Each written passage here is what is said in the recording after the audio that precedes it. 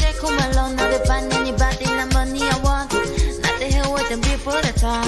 Want to get I can't let it love. Still I'm now done, I get done, I don't want, I go take, I'm the waiting I love. Waiting you love, oh. Now be waiting I love, oh. Waiting I love, I go do one with all my heart, oh. Oh, kokoro no be vodka. Be someone in Shinja. But I know I know the waste time. Be someone in Shinja.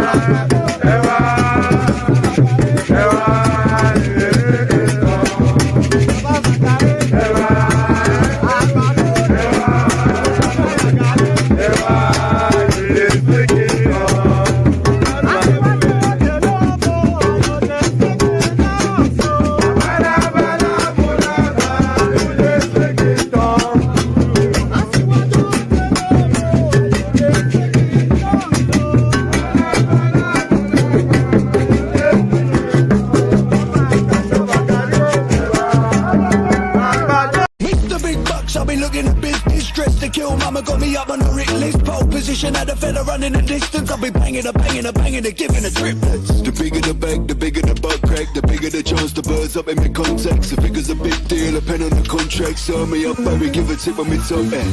And I've been whipping a wire, puffing a Benson, pushing a pack, the full stack like a benching, giving the fish scale that slide like a penguin, flipping the chick on my pills, why fuck a pension. Slow mo vision, I've been puffing the peace pipes, selling free fires to the fiends by the seaside. On my tail lines in the seams of my Levi's with a stack figure than Nicki Minaj rehunt.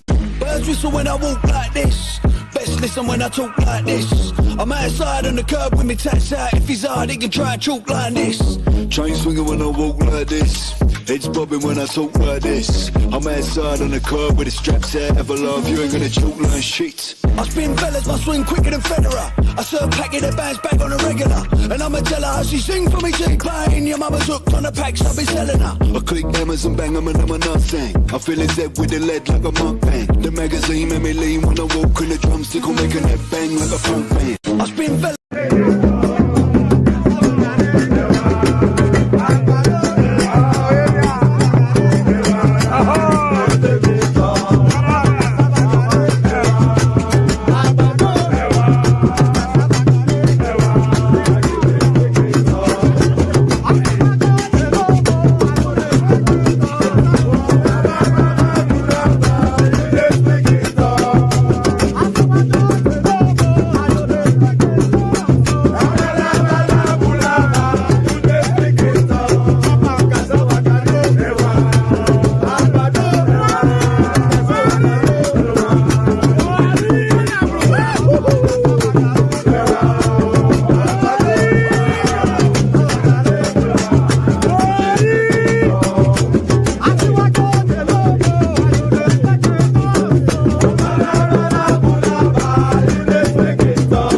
Ẹ̀jẹ̀ mi ni ẹ kí n gbọ́, àkọ́bí ewé ayò, ewé tún méje, ìtún ló ní ọ̀tún ẹ̀ ṣe, ìfà ló ní kan fà ẹ̀ mọ́ra, àìbínú gbogbo àtàrẹ, gbogbo méjì ọkà bàbà, gbogbo mẹ́ta ọkà wáṣẹ́, orí ló túmọ̀ ẹnu gbogbo ọ̀nà ní túmọ̀ ẹsẹ̀ akọni ìmọ̀ tú ìmọ̀ ọjọ́ ìmọ̀ èmi ni wọn kì í dálẹ̀ wọ́n bá lọ mẹ́lẹ́mọ́ wá fi jóye ẹlẹ́mọ́ akọni wọ́n bá lọ gbé fèrè wá fi jóye ẹlòkó bọ́wọ́ wọn bá tẹ̀lé wá fi jóye aláre àwọn mẹ́tẹ̀ẹ̀ta parapọ̀ wọ́n wá jọ ń pẹ́ mọ́ ẹ̀ẹ́mọ́ olóko jẹ wọ́n pa Akíntọ́lá Akíntọ́lá ọmọ Ògún wọ́n pàdé Ìyọ̀dà ọmọ Àtàlàbọ̀bà Àkànbí wọ́n pàdé Ṣàtàdàdẹ ọmọ ọba Ìjẹ̀bú Mèrè Aṣíwájú odò gbólùkẹrẹ ajagun lólòdì ọ̀run tó bá ṣe pé tìyẹ tó bá ṣe pé tìyẹ lọ bá ń darí jọ wí àpérò mi kún gbọ́wọ́ ọ̀bọ ti ṣìgìdì máa gbé àgétì ló máa ń gbé àyàn tí ìlàyàn ewúrẹ́ Ọlọ́run dákun má padà lẹ́yìn ẹ kó má gbàgbé ọ̀rọ̀ tẹ́ Aṣíwájú Ọlọ́run dákun má padà lẹ́yìn ẹ kó má gbàgbé ọ̀rọ̀ tẹ́ Àkànbí Ọlọ́run dákun má padà lẹ́yìn ẹ kó má gbàgbé ọ̀rọ̀ tẹ́ ọkọ̀ onírẹ̀lẹ̀ Ọlọ́run dákun má padà lẹ́yìn ẹ kó má gbàgbé ọ̀rọ̀ tẹ́ Òdòlé sọ bẹ́ẹ̀ gọ́vnà sọ bẹ́ẹ̀ dẹ́pútì sọ bẹ́ẹ̀ Ọ̀túnba sọ bẹ́ẹ̀ spíkà sọ bẹ́ẹ̀ bàbá Ìjẹ̀bú. So there it is right there. Usually I would have taken that off. So let me take it off now. I only took a day off, and then suddenly I don't know how the system works anymore. So good day to you. Good to be in your company. How are you? So good day to you. Good to be in your company. How are you? I hope you missed me. I certainly missed you. I was all set to stream yesterday, but you could probably tell from the title there wasn't anything really in the news cycle. And I couldn't really think that there was sufficient enough there to wrap a conversation around. So I just thought, let me just abandon it. So that decision was made. But we're back again. Just back as always. But everything still remains the same. You are still required to click on the like button. That hasn't changed. You are still required to subscribe if you're not already subscribed. That has not changed. So all of the requirements that's often required of you still required now. So do those things that you usually do. Click on like and then click on subscribe.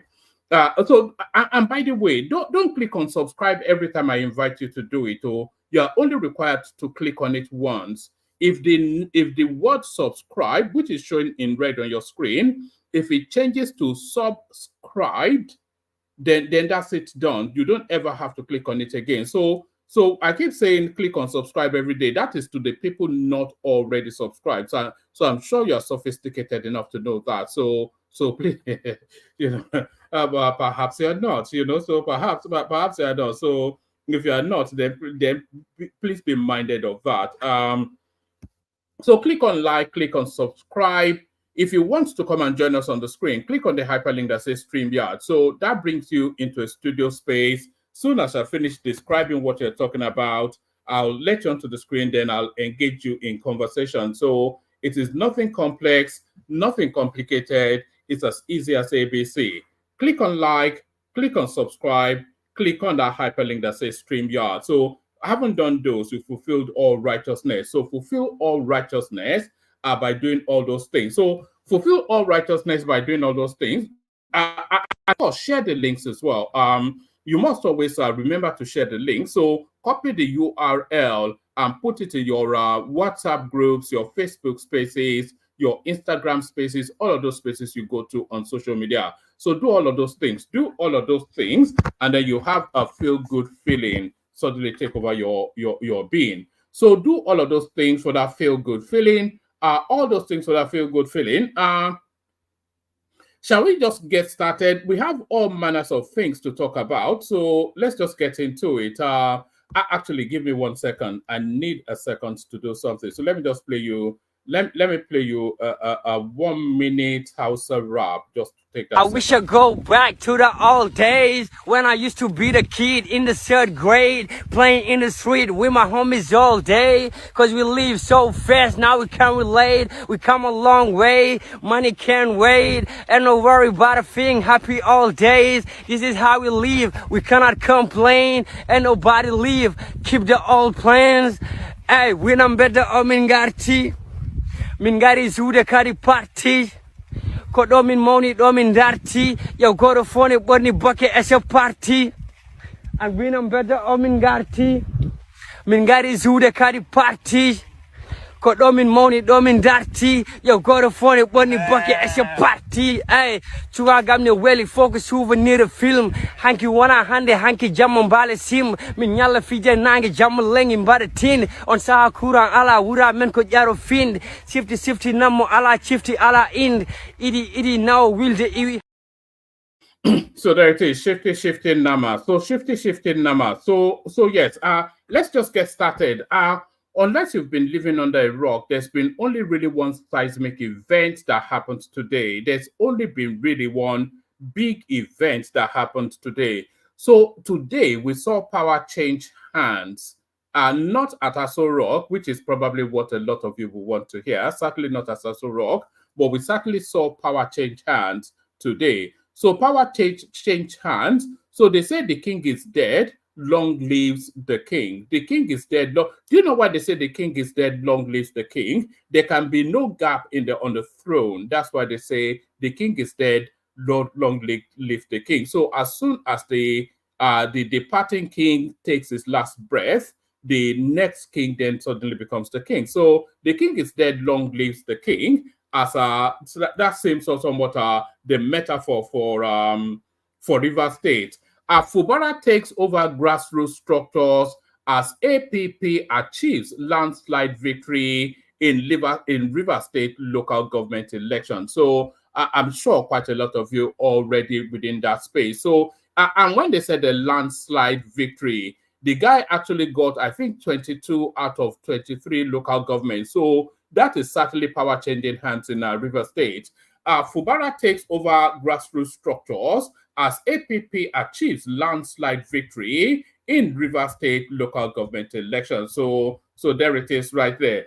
It looks as though Wike may well be losing his potency there. Governor Similaya FUBARA has effectively taken over control of political structures in River State following the massive victory of the Action People Party, APP, in the local government election in the state.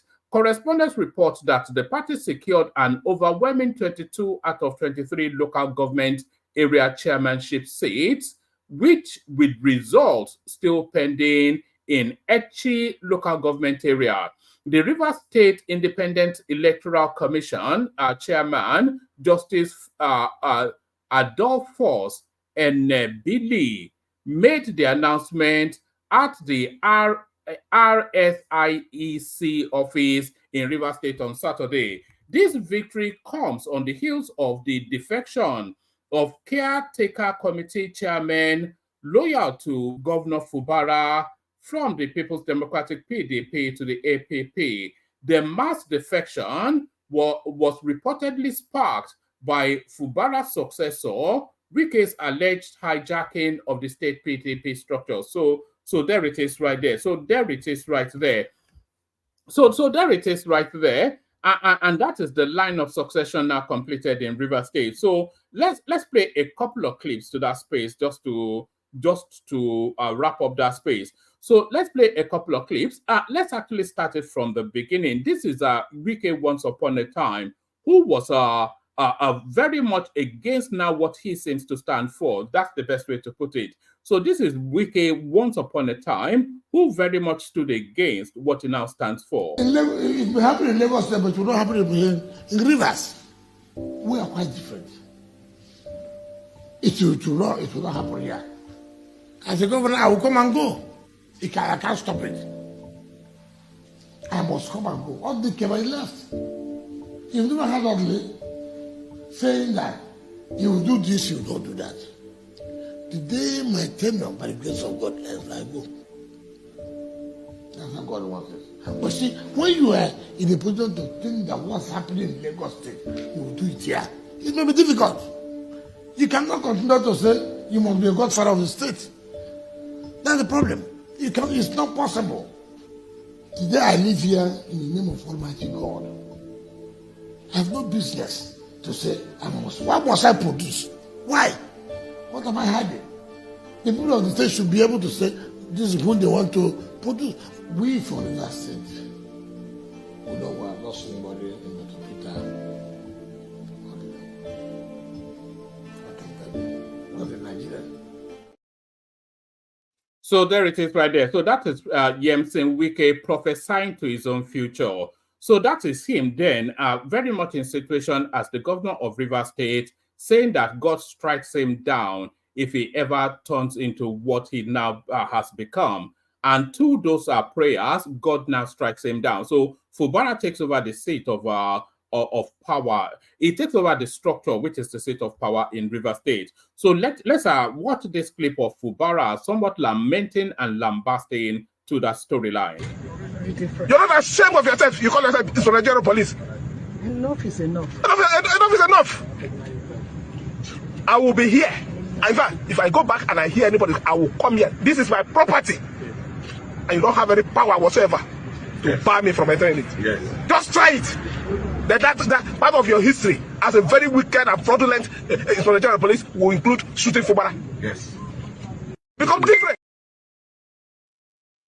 So there it is right there. So that's FUBARA then in the throes of the fight for those local government seats. He seemed to have won that fight, of course. 22 out of 23 local government areas now are under FUBARA's firm control. So Wike actually tried to, because of course we all saw the REC meeting, or the NEC meeting that took place in Rivers State quite a few weeks ago, when Wike successfully succeeded in seizing control of the Rivers State political structure. So that happened then, and that was in preparation, of course, for him to now landslide this now election that's just taken place. But it's been outmaneuvered somewhat by FUBARA, who moved all of those chairmen from the PDP to a new party and subsequently had this landslide victory. So that's the landslide victory. But it looks as though Wike has fallen out with virtually all of the power structures in Rivers State. Here is an erstwhile ally of TINUBU, and by extension Wike, who is now also telling us that is jettisoning the ship. It's of course Asari Dokubo. Good morning, good afternoon, good evening. As we are talking, with the video, I'm not doing the video. As I said in the video, that's the video.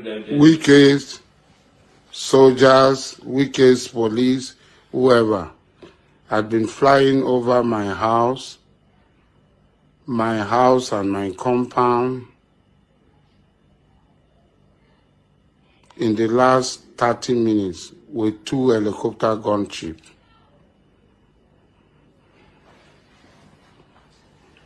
I have the capacity to contain them. Nigeria cannot surrender to Wike. Rivers people will not surrender to Wike.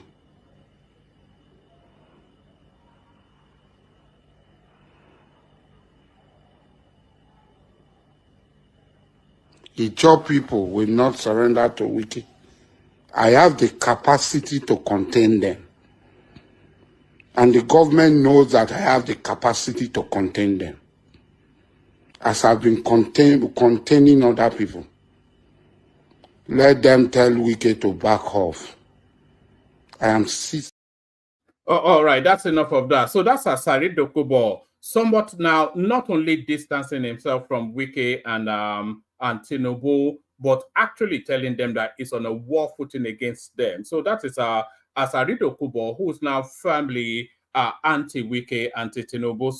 So there is that one. So there is that one. And then there's this other video that was going viral as well. So this one I have particular views about, but let me play you it first. I'm going to be apologizing for making a mistake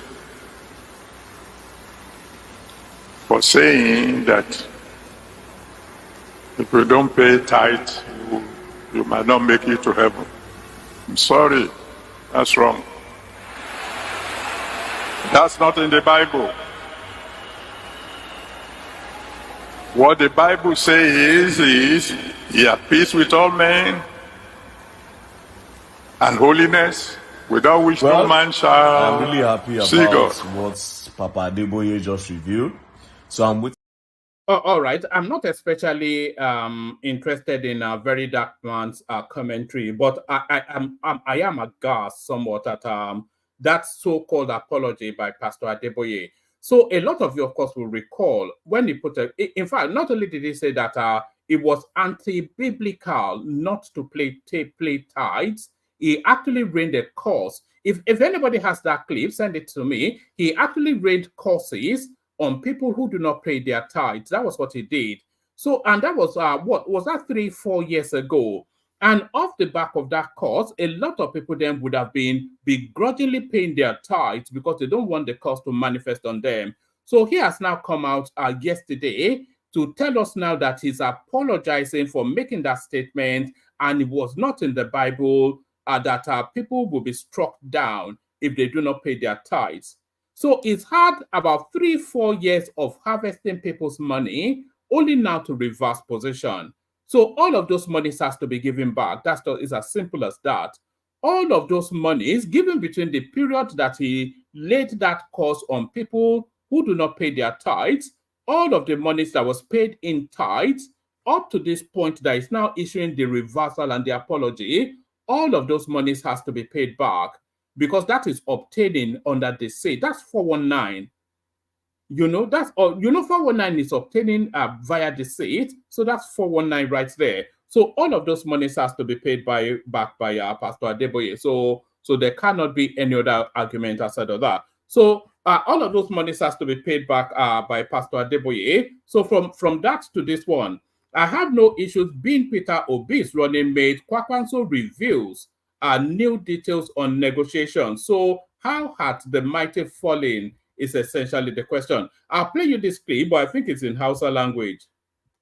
Yes, it is in Hausa language. So, and I don't think we have the volume as well. Let me see.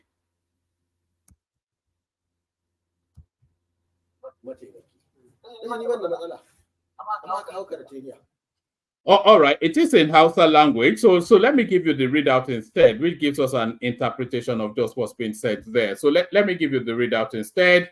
I have no issues being Peter Obi'S running mate. Kwakwanso reveals new details on negotiations. The presidential candidate of the New Nigeria People's Party in the 2023 election, Rabiu Kwakwanso, has expressed his willingness to be a running mate to Peter Obi, his Labour Party counterpart, in the 2027 elections. Kwakwanso stated that he would accept the role if conditions are met. In a video clip trending on social media, the northern politician said that establishing trust is crucial for any potential agreement. According to Kwakwanso, he is politically bigger than Obi, citing he is a PhD holder and citing his PhD holder status and impressive performance as a governor. He said, "I am bigger than Peter Obi politically. I am his elder brother. I am a PhD holder. I performed better than him when I was a governor of my state. I have no problem deputizing Obi, but only if the conditions are met." So the first half of that statement sharply contradicts the second half of that statement. But this is political reality coming into play now. It's not politically, he may well have been politically bigger than Peter Obi, but he's certainly not politically bigger than Peter Obi now. Peter Obi is 10 times politically bigger. Peter Obi is now at a realistic presidential position in terms of his politics. Rabiu Kwakwanso still remains very much a satellite figure. It's in the it's just well, I was going to say it's very real, but that word didn't quite roll out of my. But it's somewhat on the cusp of big politics. But Peter Obi is certainly central to big politics. So he may well have been politically bigger than Peter Obi once upon a time, but certainly now he's not politically bigger than Peter Obi. Even the numbers from the last elections tell us that. He said, I am bigger than Peter Obi politically. I am his elder brother. I am a PhD holder. I performed better than him when I was governor of my state. So all of those statements, bar being politically bigger than Peter Obi, you may well argue that they are true. So having said all that, he's now ready to say that he's ready to subordinate himself to Peter Obi. So those are self-contradicting sentiments. So if you consider yourself politically bigger than Peter Obi, if you consider yourself better educated with your PhD holder, and if you consider yourself also better at administering the affairs of state, better than Peter Obi, then why would you subject yourself to deputizing to somebody that you feel instinctually you are better than by all of the metrics of measure? So I am better than Peter Obi politically, so that doesn't subordinate you to Peter Obi. I am his elder brother, that doesn't subordinate you to Peter Obi. I am a PhD holder, Peter Obi is barely educated, so that doesn't subordinate you to Peter Obi. I performed better than him when I was governor of my state, so that doesn't subordinate him to Peter Obi. In fact, that places him firmly at a leadership superior position to Peter Obi. All of those pre-statements, they don't then align with the next statement. I have no problem deputizing Peter Obi. So you see the inherent contradiction there. But those are the realities of politics. He's seen all of the energy generated around the Peter Obi space, and he sees that Peter Obi is a real and an active player at that presidential level, and he also recognizes that he's a one-state politician. So what essentially is saying is that Peter Obi, I'm willing to offer you, it's almost even begging for that position, really. I'm willing to offer you Kano State to be your deputy. He said, I am bigger than Peter Obi politically. I am his elder brother. I am a PhD holder. I performed better than him when I was the governor of my state. I have no problem deputizing Peter Obi, but only if certain conditions are met. We are willing to engage in discussions, provided that trust is established. It should be noted that both Kwakwanso and Obi are popular opposition figures in the country. In the last general election, Obi secured the majority in 11 states and the FCT with approximately 6.1 million votes. Meanwhile, Kwakwanso won 38 out of 44 local government areas in Kano, garnering 1.5 approximate million votes. So 1.5 approximate million votes is what Kwakwanso is bringing to the negotiation table. So that's how he won. It's almost amazing, really. A lot of you that's been in this space for long enough, you recall when Obi was shopping around for a deputy, and he went to Kwakwanso, and Kwakwanso, it nearly spat in his face, just the indignation that he would deputize to somebody like Obi. But the reality of where we are now, it is not even him saying that he's ready to be deputy to Peter Obi. The circumstances of politics now deputizes Kwakwanso to Peter Obi. If you see a ticket of Peter Obi Kwakwanso, if you see Obi as the lead and Kwakwanso as the deputy, you will have no further thought. But if you saw Kwakwanso as the lead and Obi as deputy, then you will think that something is awry somewhere there. So the circumstances of politics as it is now and the energy around the Peter Obi space necessarily deputizes Kwakwanso to Peter Obi. So it's not even a matter of choice. If he wants to continue to be, and Kwakwanso, by the way, he cannot run a sole campaign. He cannot be an independent candidate like it was in the last election, because that would lead him nowhere outside of the shores, outside of the four corners of Kano State. So it's established categorical one state politician. His extension doesn't extend beyond Kano State. He knows that, but more crucially, he knows that the political space knows that. But then that Kano State is the pearl in the crown of the Nigerian political space. Is one of the pearls. Lagos State is the pearl, but you could say that is one of the two pearls in the one of the two gems in the Nigerian political space. So if he has Kano on lockdown, which he does, he has a very, very strong bargaining power, because Tinubu did reasonably well in Kano State, but given his governance now and given some of the backlashes we're seeing against his administration, he might not do as well as he did in Kano State in 2027. So essentially, what Kwakwanso is negotiating with is approximately about 2 million votes, 1.8 million thereabout votes, and that is a real potency. But is that sufficient enough to deputize him because Peter Obi's deputy now is a hot ticket for 2027. It's not going to be Yusuf Dati, by the way. Yusuf Dati is been and gone. He's shown that he has no real relevance outside of having an abusive mind. But it's the 1.8 million vote that Kwakwanso brings to the table. Is that sufficient enough for him to secure? So because he is now, they were pleading with him in 2023, so he's now pleading now. But is it sufficient enough? Is it robust enough of a character?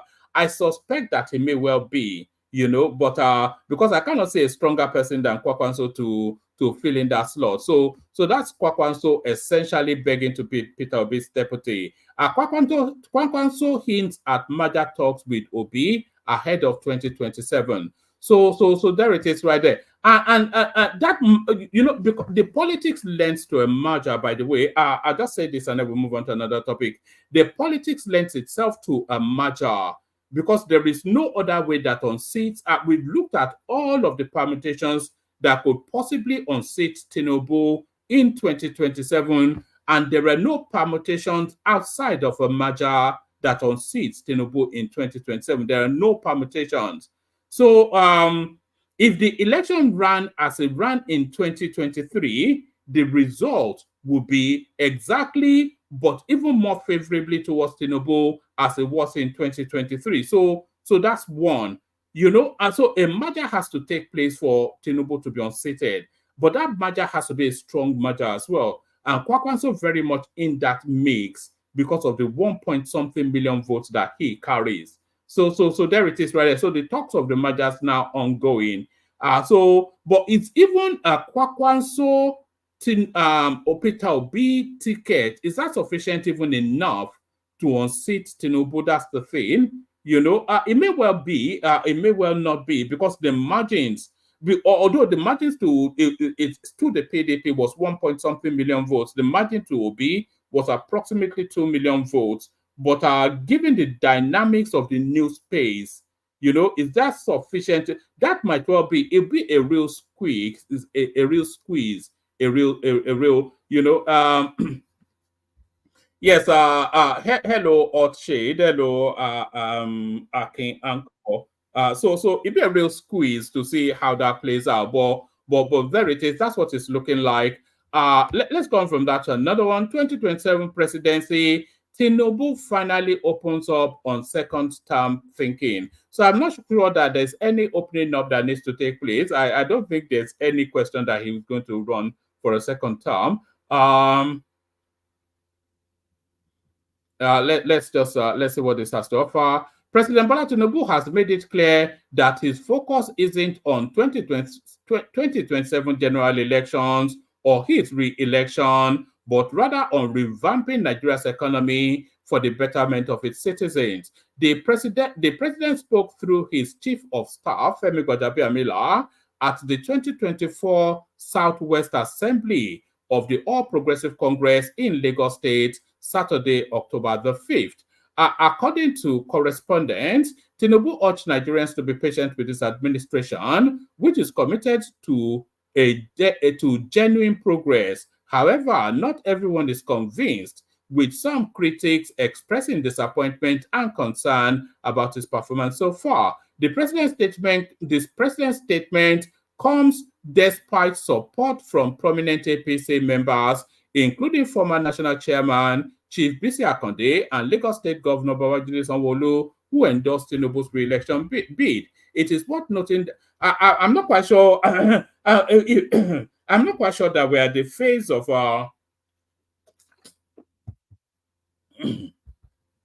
I'm not quite sure that we're at the phase of endorsing re-election bids yet. It's not completed. I think it's 16, 18 months. It's not even completed 2 years, and they're already endorsing re-election bids.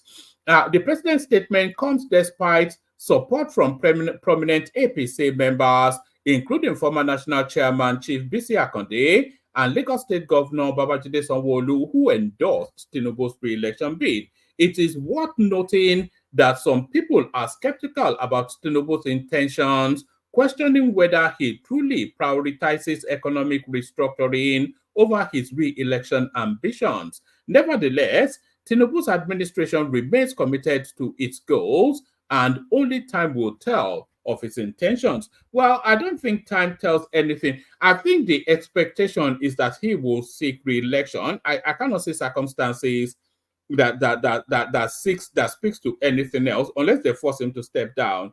So the everything speaks to his re-election bid. So that's one. Can you imagine a scenario in 2027 when TINUBU somewhat handing over to Yemi Oshibanjo? I know that's a bit far-fetched, but imagine how that plays out. There is nothing that suggests that he would not seek re-election. So time is not telling us anything. We all know that he will seek re-election. This is coming amidst allegation that President TINUBU is already campaigning for a second term. Atiku Abubakar, the former vice president and 2023 presidential candidate of the PDP, covertly accused TINUBU and the APC of weakening the internal mechanism to turn the country into a one-party state. So the country has always been a one-party state because the divide is very much artificial. All of the people in the PDP, I think a good 80% of the people in the PDP were once upon a time APC. And the people in APC, they are crossovers. Do you remember when they had that in the new PDP under Goodluck Jonathan, and they all mass migrated into the APC? So we've always had a one-party state. Atiku made the allegation against TINUBU and the APC in his Independence Day message to Nigerians, whilst calling on political elites to defend the country's internal democracy. So there it is right there. So there it is right there. So that's that one.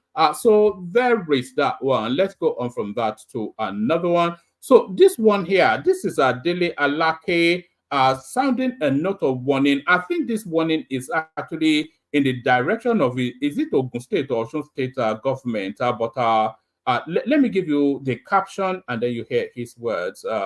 Should I even download it even? Let me download it and then play it in the studio. Let's just download that. Let's download that. Yes, that will be the thing to do. Do you not think that will be the thing to do? That indeed will be the thing to do. So I'll download it and then I'll pop it in the studio so that we play it just as soon as I read out the caption of it. I'm talking slowly to give it a moment to download. So we download that and then and I will play it just after I've read out the. Is that it? Yes, that's it. All right. No state has the authority to interfere in mining operations. This is a constitutional mandate. Mining falls exclusively under the jurisdiction of the federal government as outlined in the exclusive legislative list. Any attempt to overstep this boundary is a direct violation of the Constitution. States are welcome to have their own special purpose vehicle for mining operations. So this is Honorable Minister Solid Minerals Development, Dr. Dele Alake. So this links to a storyline of I think it was the Ogun State governor or the Osun State governor, one of those old governors from the Southwest, who he cancelled the license to mining a gold mine. Yes, Elisha. So that's Osun State. So he cancelled the license to a gold mining operation in Osun State for reasons of them not paying whatever it is taxes to the local government or to the state government. So he cancelled that contract. And this is what Dele Alake is riding against. But let's listen to the words of Dele Alake. No state, and I repeat, no state has the authority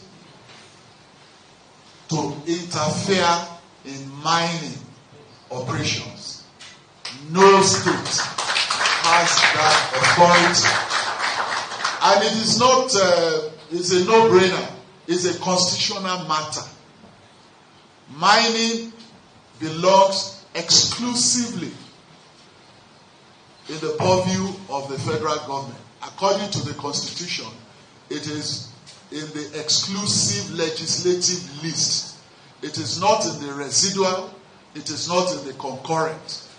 It's in the exclusive legislative list. And every item on the exclusive legislative list belongs to the federal government. There's no doubt about that. All items on the residual list belong to the states. And all items in the concurrent section belong to both. But mining, like oil, solid minerals, belongs in the exclusive legislative list. Therefore, it is the federal government that has the authority, legal authority, as supported by the Constitution, to make laws, regulations, and operationalization of the solid minerals resources of Nigeria.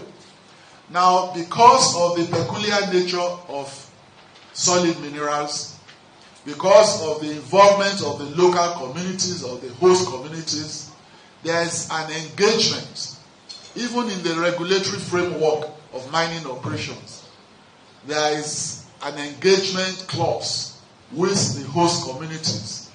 And the federal government, through the Ministry of Solid Minerals, has been engaging with host communities. In fact, in the licensing operations or processes or procedures, there is a provision for the engagement with the host communities. Now, these host communities also belong in the various states.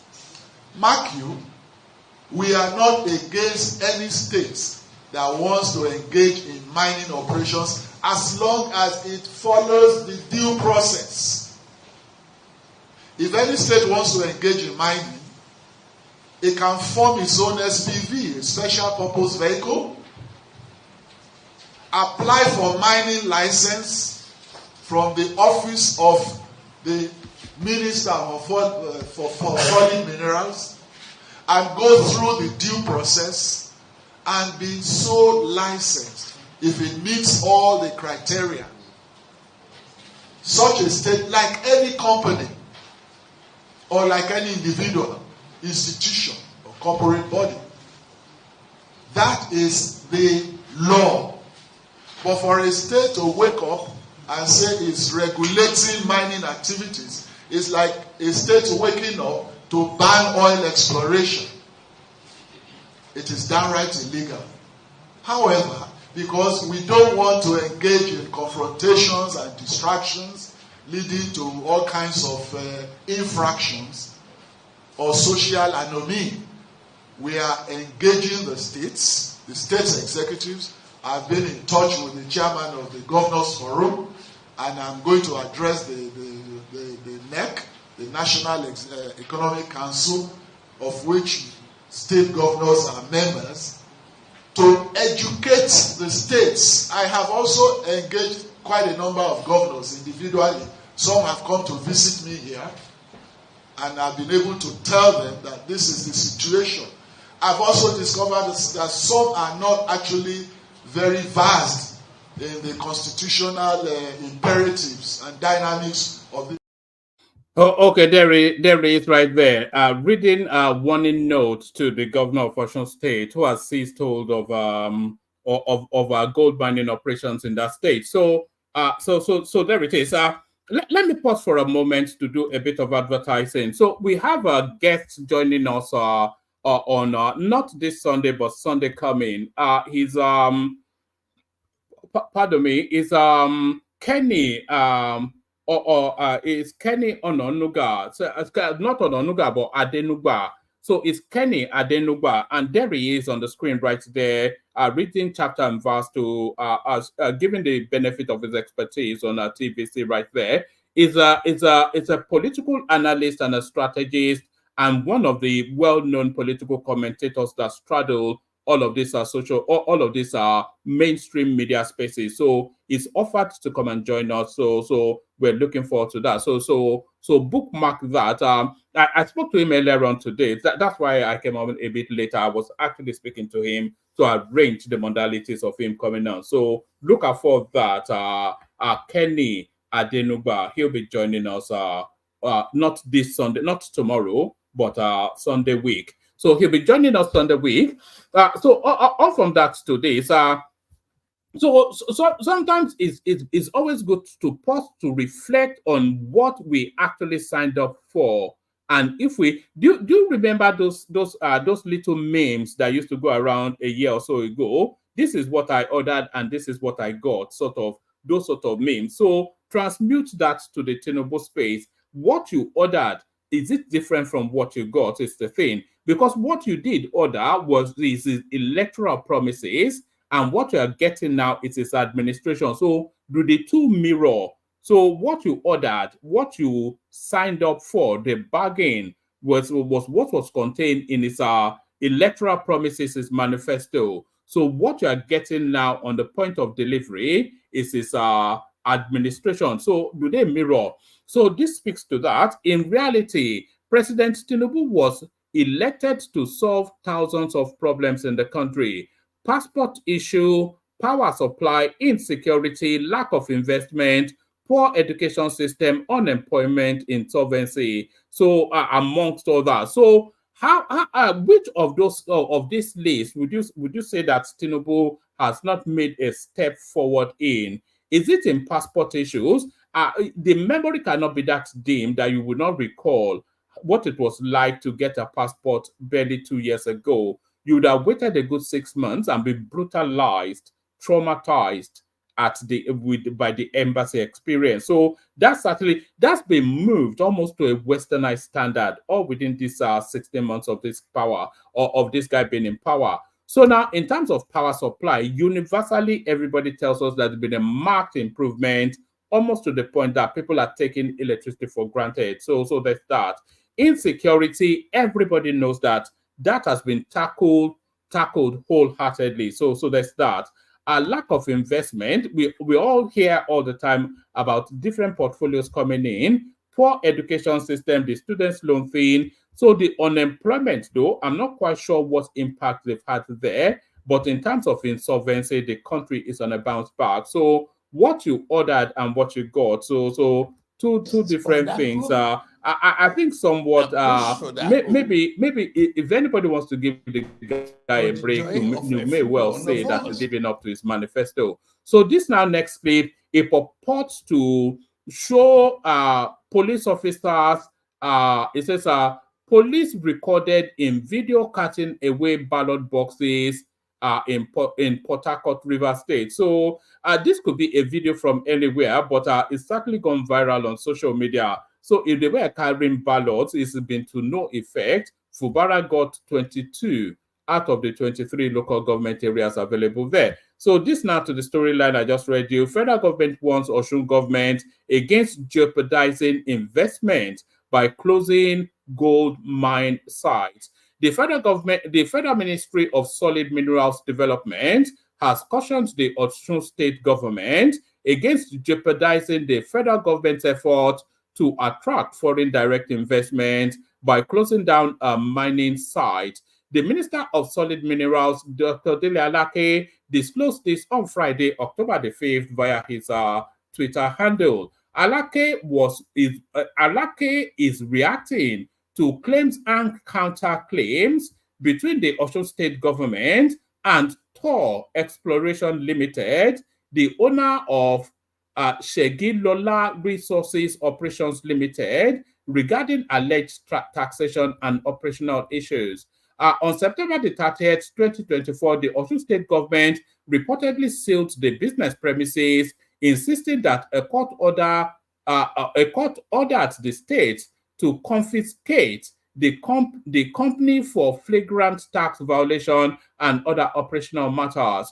So that's the backdrop then to that little slap down that we were getting from Dele Alake just there. So that little slap down from Dele Alake just there. Nigeria's debt servicing payment rises to 69%.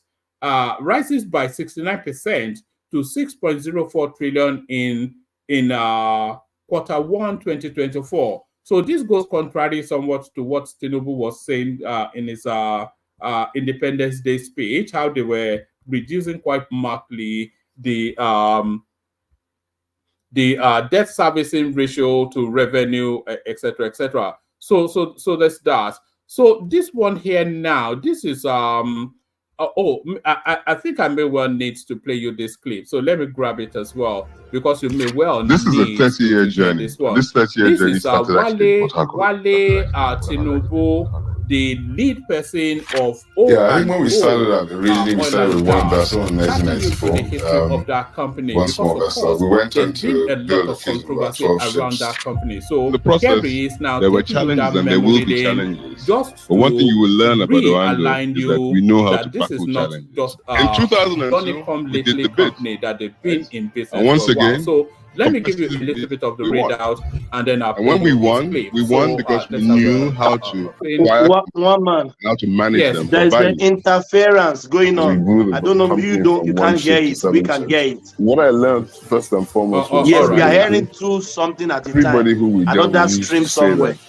For a Nigerian company to say they're going to deliver fuel at 12 o'clock and deliver it at 5 to 2. This is so good. Hear you. We and the reliability factor spread. Before we knew, we had more clients that we had to deal with. There's something playing again on top of your voice. All right. Well, I don't Check know your side. All right. Oh, okay. Thank you. I'm not sure what I can. It says it's the Twitter that's playing. All right. So let me mute it. That should do it then. All right, that should do it. It says Oando is celebrating its 30th anniversary. Listen to Wale TINUBU as he comes out to give Nigeria and Nigerians the success story of O&O. It says, emergency lovers of Nigeria, I guess President Bola TINUBU became president of Nigeria 30 years ago, which is why he's favoring Oando. So this is a narrative that just because there's been a lot of talk about there's been a lot of talk about how Oando is somewhat being favored, but this clip does not counterweight it. By the way, the fact that Oando has been going for 30 years does not counterweight that the TINUBU administration is favoring it, because the TINUBU administration is favoring O&O for reasons that O&O, the CEO is Wale TINUBU, who I think is his brother or his nephew or something, and a lot of people will say it's proxy or it's a shadow in that company. So there he is. So let me play you this clip then of this O&O guy giving us the backdrop of that company. I've always looked at it from the point of view of saying, you need to take a risk.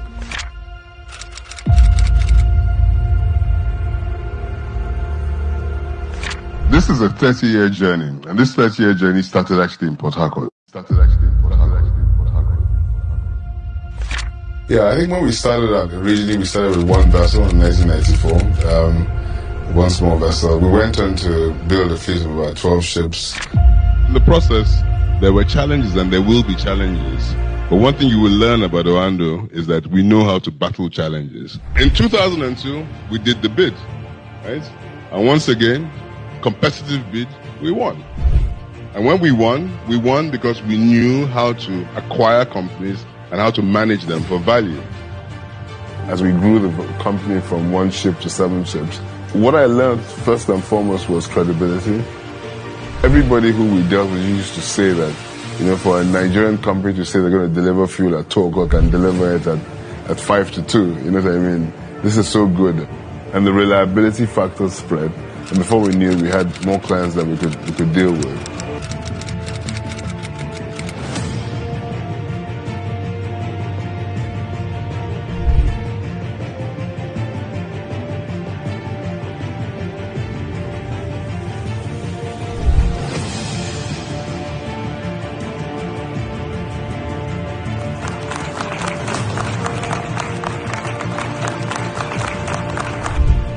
stand before you extremely proud. I stand before you humbled. I stand before you excited as to the things that we're going to do. And I stand before you knowing and having the full confidence that if you don't have that full confidence, by the time you see us operate together, you will gain that full confidence.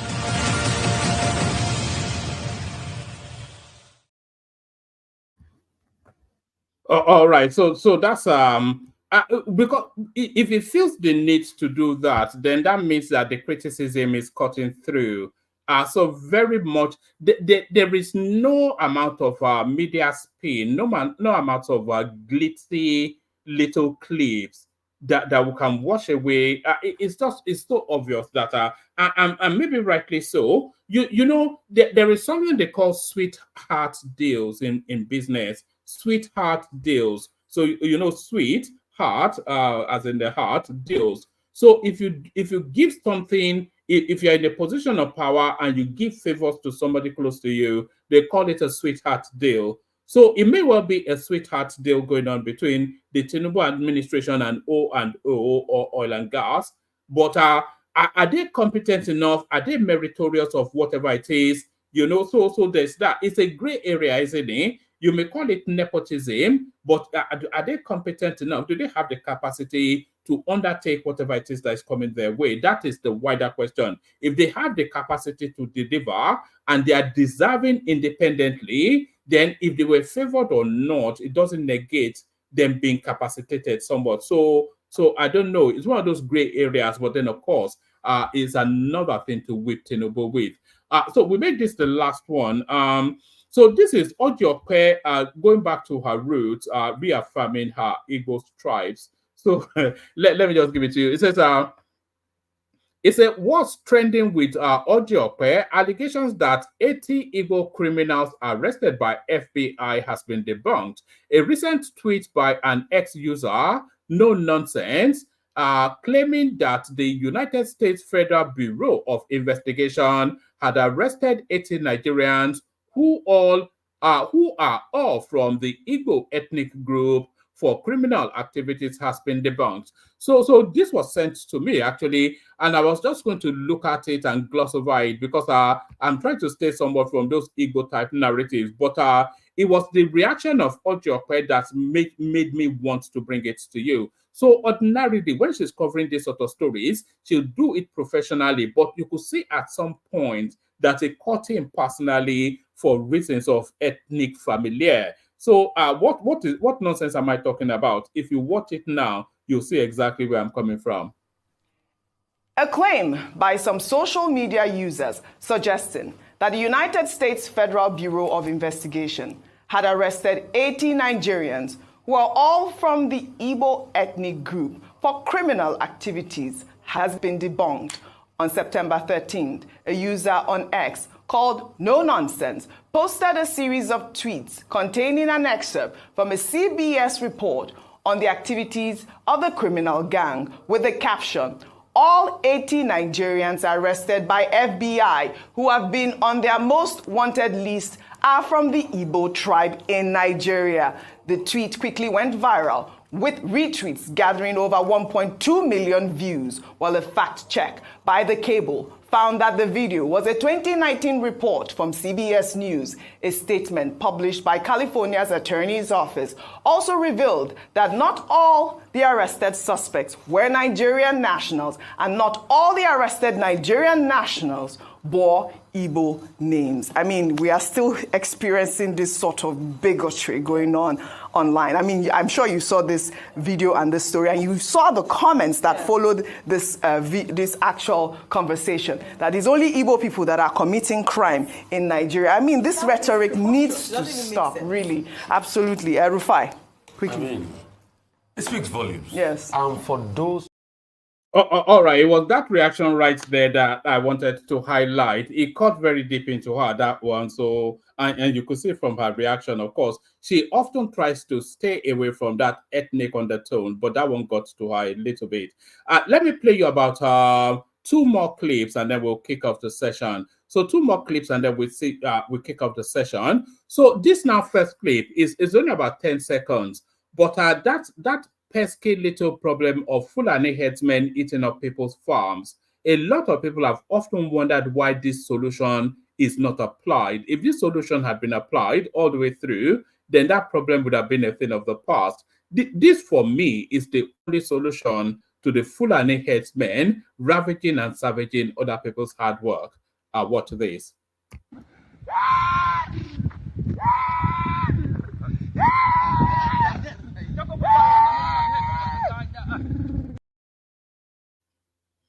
So there it is right there. A short and to the point. So they've stoked the feed with some sort of poisonous thing, and then the cattle now somewhat I wouldn't even say they are suya now, but it's bye-bye to the cattle. So let me play you this now, final clip. This one now is something that Kenneth was saying when he was last on, how the Yoruba people have now been, they've been destituted somewhat by the TINUBU administration. So this is the destitutization, if there's such a word, of the Yoruba people. So this will be the last clip, and then we kick off the session.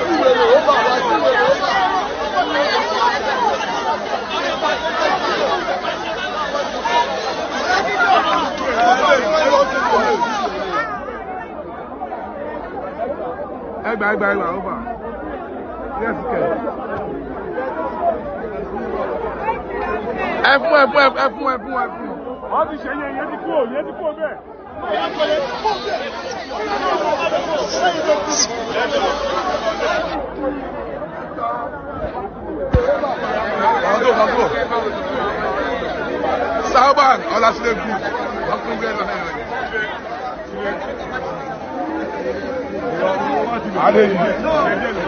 Are they going on? Why they going on me? Oh yeah. Over, they going on me. I'm Christian Flower, I'm Christian.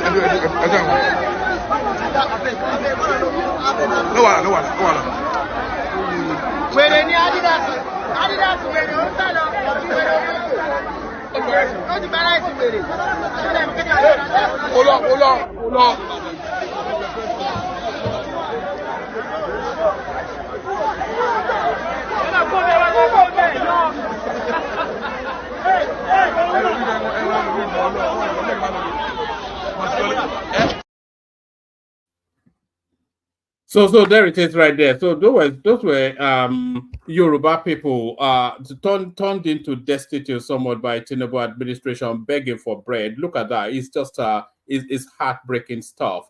It's really heartbreaking stuff. Anyway, we'll see how this goes, but it's not looking good for TINUBU. A lot of people will tell you that it's not looking good. Not so much the administration, but the optics and the relentless campaign of calumny against his administration is not looking good. But okay, guys. Only water, where they see ma. Water. Oh yes, only water, where they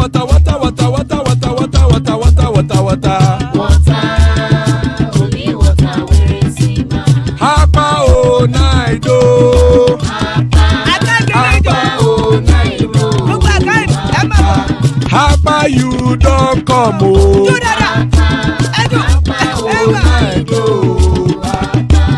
Hapa o naido. Hapa o naido.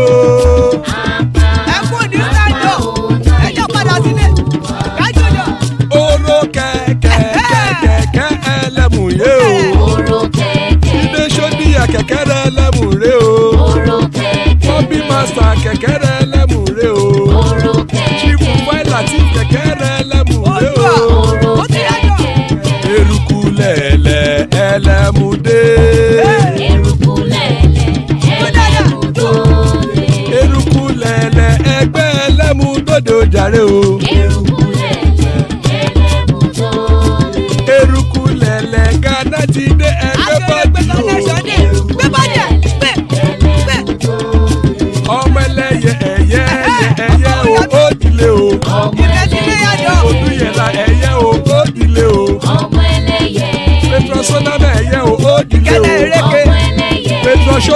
ẹyẹ rẹ̀ ó dìde o. ọmọ ẹlẹ́yẹ ẹyẹ.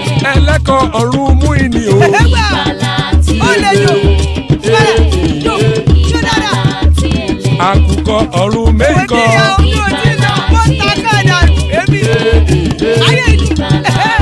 ikú kò ní ríwà gbéṣe o.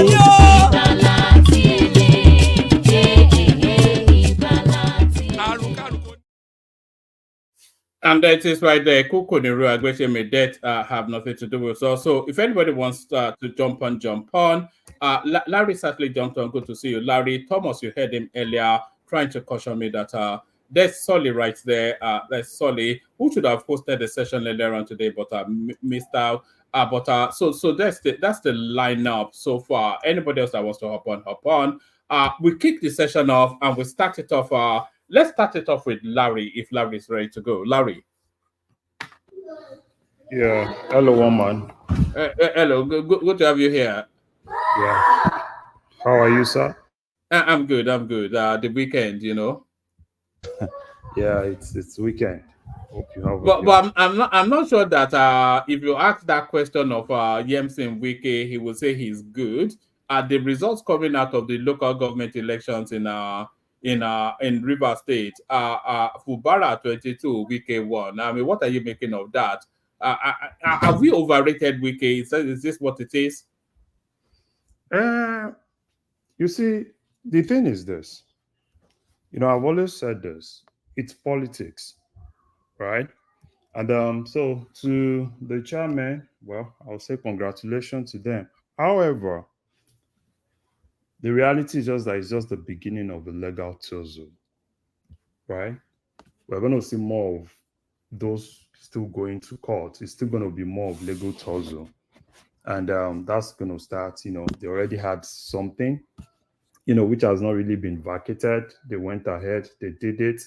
And I think Falano said they've made an application to appeal court. So then it's still going to be more of, you know, the legal tussle still going on.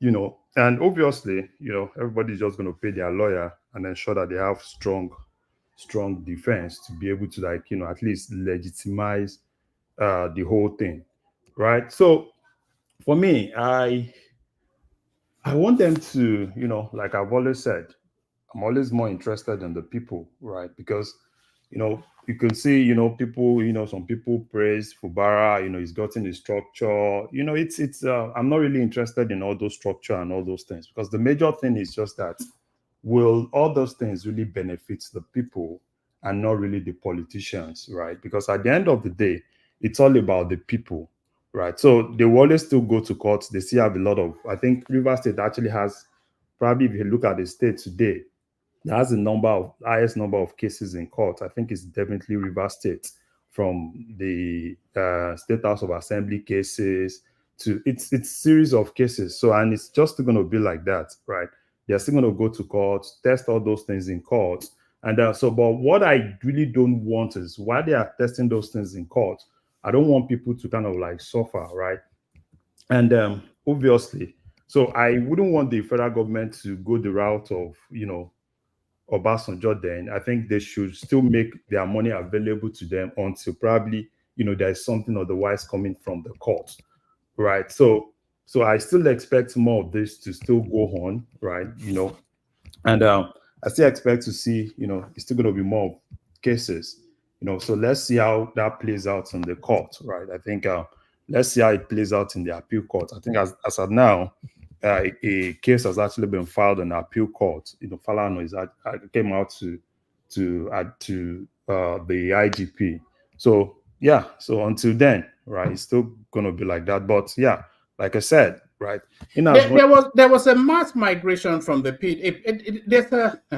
There's more politics going on in Rivers State than actual administration. So that's the first thing. But there was a mass migration of PDP chairman elected under PDP into this APP, whatever it is, this vehicle. No. Not so. What actually happened was basically caretaker committee chairmen, who are people that were appointed by FUBARA. So basically, they went into APP to kind of like use that platform, right? Basically, looking at the fact that the Wike caucus has actually taken over the PDP. So that was just for them to use that as a platform, to contest. But just like I said, it's more of politics. You're still going to see more of politics in River State. You're still going to see more of others. Loyalist convention, you're still going to see a lot of those in River State. And it's so unfortunate because that's exactly what you're going to see, in days to come, right? You see a lot of, oh yeah, continue this and that. But at the end of the day, if you ask me, and if you ask probably people from Rivers, right, I think the major thing they should be more focused on is how they can actually have a state back and how they can actually have development in the state rather than this solidarity. Has Wike come out on this? Has it made any commentary since this elections? I've not seen anything. No. I'm not sure. He hasn't made any comments. I've not seen him making comment. I think the last time I saw him was it yesterday or today? It was actually kind of like looking at some projects, But the major thing is this, and I think what he's gonna do, I think he's gonna do more of testing that on the court, right? Because it's going to be more of legal firewall at the appeal court. So then that's where I think he's going to move towards. So, but for me, as much as they want to do all those legal things, so I think the basic thing is just that the civil servants and the local governments, they should have access to whatsoever they need access to.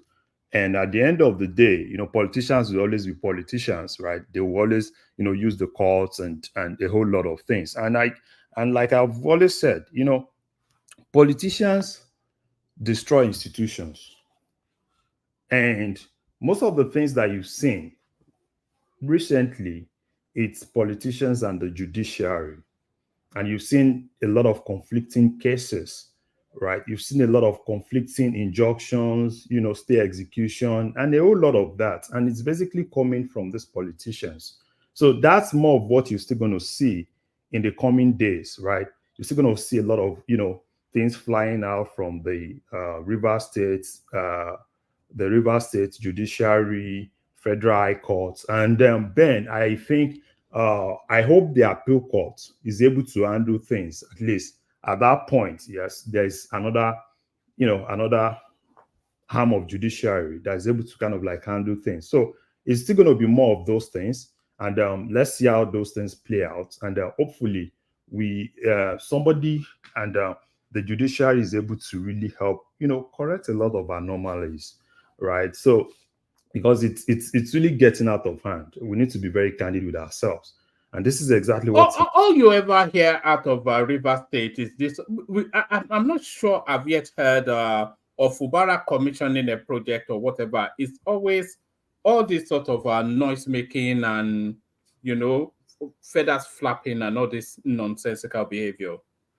Yeah, it's unfortunate. But yeah, just like I said, it's gonna be what we've seen till probably for its 4 years if they are not really able to get themselves back, right? It's gonna be more of politics, and it's gonna be more people coming in. We are for you. We are pro this. We are pro that, and it's not really good for that state. It's not really good for that state. So, but for me, I think the major thing is just the people, right? Not these actors, because each of these actors, whatsoever they are actually doing, it's not really because of the people. They are basically doing it for their own interest, right? Their own political interest, and ensuring that they are able to really get themselves, back to power. But let's see how it actually plays out. And I know the House of Assembly case. I think that one is still also in Court of Appeal in River State, and this one too is also in the Court of Appeal. So let's see how it goes, and hopefully after that, probably they'll still want to push things to the Supreme Court. Then we can actually see. Let's see how the legal Thursday actually plays out. Oh, all right. Let me play you this clip. Give me a small reaction, and then I'll take you to another. This is a Wike Once Upon a Time. It will happen in Lagos, but it will not happen in Rivers. We are quite different. It will not happen here. As a governor, I will come and go. I can't stop it. I must come and go. All the Kebari left. You've never heard of me saying that you will do this, you don't do that. The day my tenure, by the grace of God, ends, I go. That's how God wants it. But see, when you are in a position to think that what's happening in Lagos State, you will do it here, it may be difficult. You cannot continue to say you must be a godfather of the state. That's the problem. It's not possible. Today I live here in the name of Almighty God. I have no business to say what must I produce? Why? What am I hiding? The people of the state should be able to say this is who they want to produce. We from that state, we don't want to lost anybody in the computer. What in Nigeria? So there it is. He was almost prophesying to his own future, wasn't he? You see, the problem is this. You see, politicians are always funny. You know, you see a lot of them saying, oh, they can never be godfather, they can never be this, they can never be that. And unfortunately, what you see is just that when is that time, right? They always want to play that game of godfatherism. It happened, the same thing that is happening in Rivers, you know, kind of like almost the same thing in Edo, right? They always want to do that. And what they don't understand is this. I'm not against godfatherism or whatsoever people call it. But the basic thing is just that, is it possible to kind of like institutionalize it? And this is exactly what actually they did in Lagos, not really building it around an individual, right? If you want to be a godfather for good thing, right? If there is a development plan that you guys actually. But godfatherism worked for Lagos State now. No. Godfatherism worked for Lagos State because godfatherism in Lagos State was not really built around an individual, right? It wasn't. No. There are structures. Godfatherism in Lagos, right? It's built around the structure, and that structure goes beyond even TINUBU himself. And there are several instances that some of those people even override TINUBU himself. So, which, you know, unlike what you have in some other states where one individual wants to be the one to decide things. So when you are able to really build things like that, and you're able to, the basic thing is, if you have, and what you see in most of other places is, I want continuity, right? Let there be continuity. And if you kind of like have a strategic plan for your state, if what that can actually make that strategic plan to kind of like go on, then I don't have a problem with that. Because one thing we should always understand is this: when you see different people coming in with their own ideology, and which is part of the problem we have in Nigeria, particularly with projects, right? This one comes in, abandon this one's project. I want to do my own because I want to take the glory, right? And that's where in most cases you see a lot of wastage in Nigeria. You see projects that are abandoned, projects that go for years, and you know, and at the end of the day, it's going to be wasted. You see projects that are almost completed and that probably one needs to just get it finally completed. It's just spending a little millions and it will be definitely completed. So, but what you see in most cases is everybody wants to do their own. So godfatherism in Lagos, right? Probably if that is the kind of godfatherism that most of all those guys are trying to, you know, to do, probably can actually be different. Right, but unlike what you see in River State, even Wike himself, right? It's more like you want to build, you know, you want to build. Do you think that word in itself is somewhat of it's the wrong phraseology, that godfatherism, because it has a negative connotation, doesn't it? It's sort of a mentorship program, isn't it? Rather than So let's look at it like this, right? You know, it's probably what we call it in Nigeria. And let's not deceive ourselves. There is nowhere in the world, right, where you don't have things like that. Even in the US here, at least you can talk about Biden today, right? You can talk about Obama, right? At least these are people that kind of like mentor themselves. But that's lines of succession now. No. Aside lines of succession, you can see a lot of things even within their politics. Right, within their politics, you can say a whole lot of things. And You know, when the ships are down, you see an Obama coming out to come cover things. You understand what I'm saying, for Biden. And yeah. So for me, right, in terms of how we look at it in Nigeria, you know, every politics is different everywhere. How politics is being played elsewhere is different from how it's being played in Nigeria. The unfortunate thing in Nigeria is just that people have really weaponized that godfatherism to the point that they do a whole lot of things, right? And because, you know, you feel, okay, fine, probably if I put this person here, I'm not even sure if this person is going to do my bidding. You know, they go into a whole lot of things, right? They swear, they go into a lot of things, right? So, but for me, I think the major focus should just be more on the people. How can you really, if you want to, I don't have a problem. If you want to have a successor, you know, you want to have, you know, 1 or 2 impacts in getting a successor. I don't have a problem. If there is a strategic development plan, right? Can you make your successor stick to that plan and ensure that they deliver to the people, right? If you have that, then at the end of this, it's going to be a win-win situation for everybody, because as you're developing things, so everybody's going to win, right? Because we can tell ourselves one thing: continuity also have its own advantage. Probably why you see that level of development in Lagos is because of that continuity, right? Look at it in a situation where probably some other party, you know, as at that then, you know, within that time, got access to Lagos. They want to do their own project. They said, oh, this is my own blueprint project, right? And at the end of the day, there's going to be a shift. And that's why most of the states you see in Nigeria are not really moving at the rate at which Lagos is moving. And the strength of Lagos has been that continuity.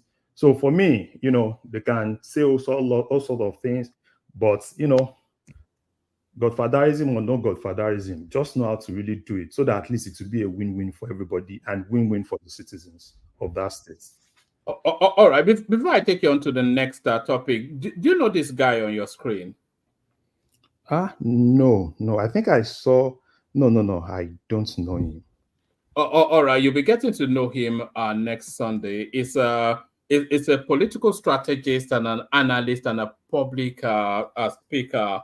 It's Kenny Adenugba. He's going to be our guest, not tomorrow, but Sunday coming. So we'll be building that up in the course of. So we'll be building that in the course of. Did you see the Adeboye apology for the tithe something? Did you see that? Do you have any thoughts on that? Yeah, I saw it, but you know, I think a lot of people kind of like misinterpreted the man, right? I think what he was, and I think the Redeemed Church came out and clarified things. You know, media in Nigeria is something else, right? They run with anything, you know, and they run with things based on what actually suits them.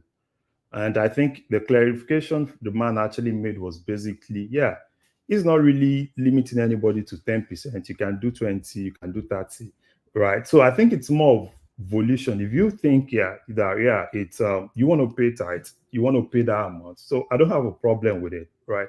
Because you know, I've seen people that said, oh, they don't pay and they are better off. And I've seen people that said they paid and they even pay more and they are way, way better off. So it should be a matter of choice, right? And I think what the man is just kind of like saying, it's probably you can give back based on how you think God has actually blessed you, right? So, but you know, the media in Nigeria, they always want to run with anything, you know, and you know, it's so for me, I think it's not really a big deal. You know, you can criticize him, you know, but the basic thing is just that he has his own audience, right? And there is nothing you can actually say to those audience, right, that can stop them from paying. You know, it's Larry, sorry, good evening. Are you a redeemer? No, I'm not. Yeah, because I'm seeing some bias in your voice. What of the one of saying if you don't pay your tithes, you are not going to heaven, that he apologized on? You a little bit deviate from that. I think that's the main focal point of this of the question one mind asking you. He said, if you don't pay your tithe, you are not making heaven. Or he's turning back, apologizing on that. So what is your thoughts on that? Thank you. So the thing is this, he's human, right? And the fact that he came back and probably felt what he said then was wrong. So I think it's actually legendary for me for him to have actually come back and apologize, right? So It's for me, it's not, even if it doesn't happen. Is it going to refund all of the tithes paid by people intimidated by the threat? No. Say, let's not deceive ourselves, right? Intimidation or no intimidation, there's nothing like intimidation. Nobody can intimidate you to pay your tithes.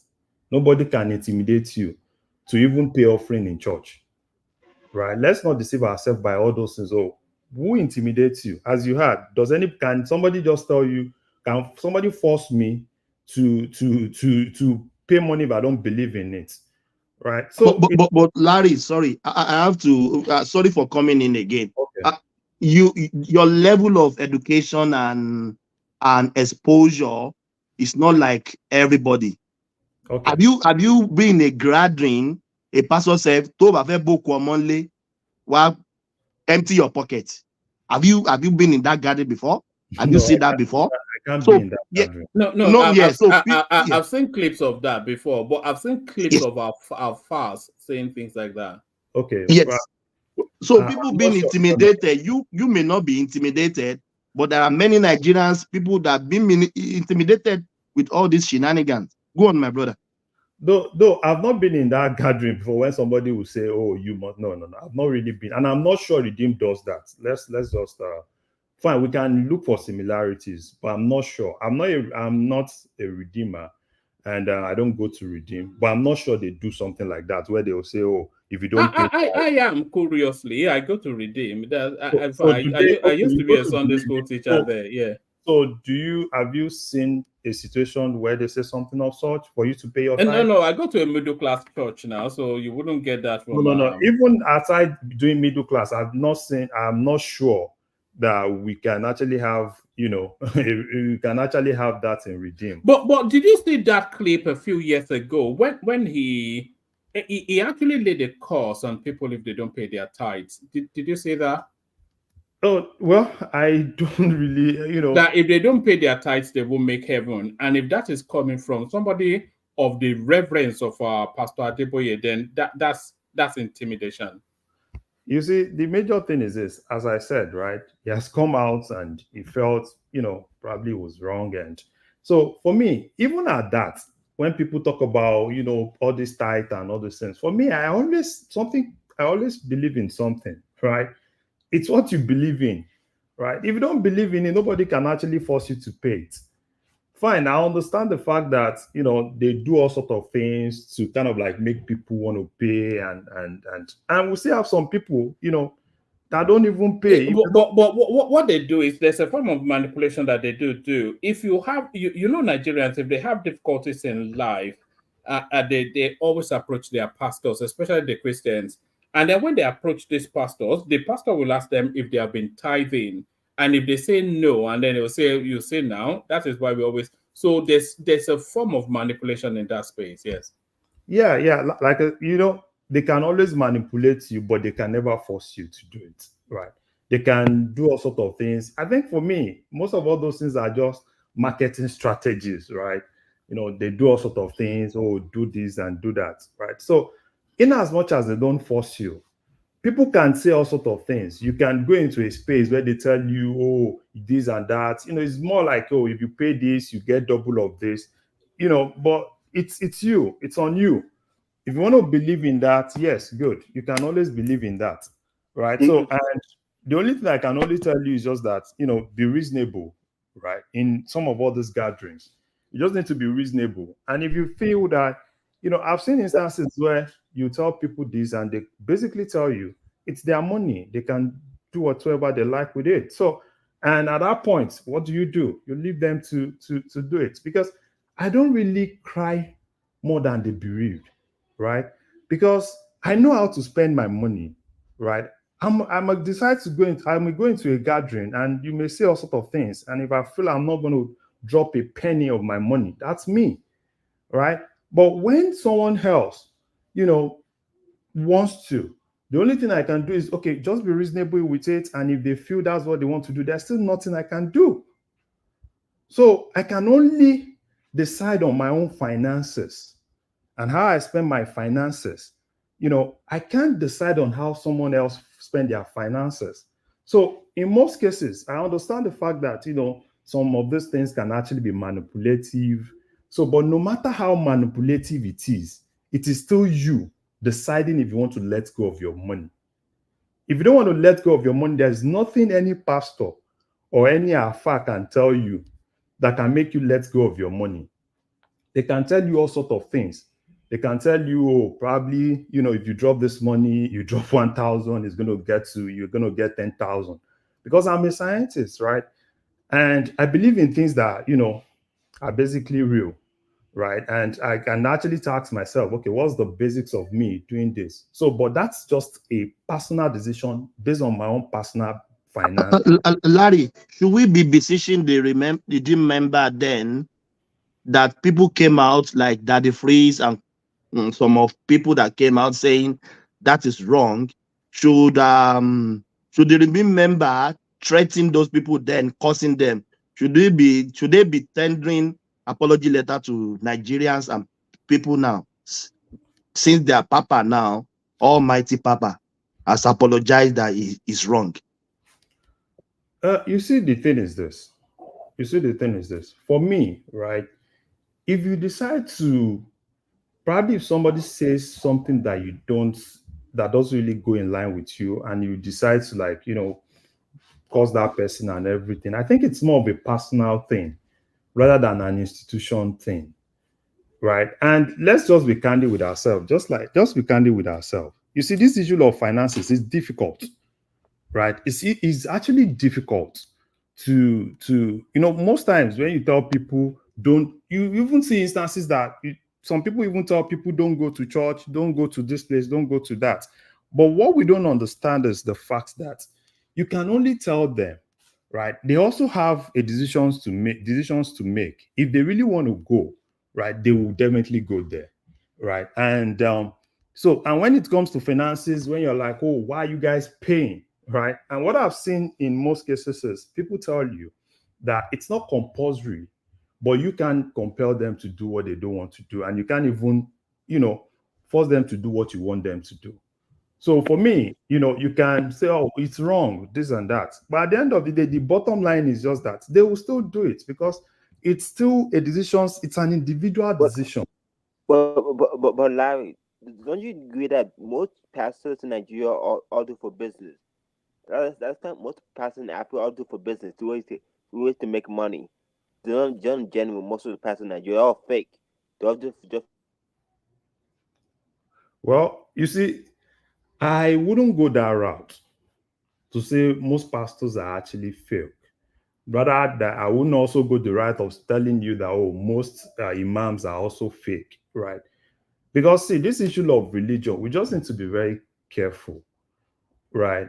We need to be very careful because pastors are everywhere, and pastors are everywhere, and it still depends on individuals. You can actually tell them, I can say they are fake, but there are people that will tell you that they believed in them. So in terms of what people believe in, I think the only thing that you have authority on is actually your own personal belief, not what someone else believes in.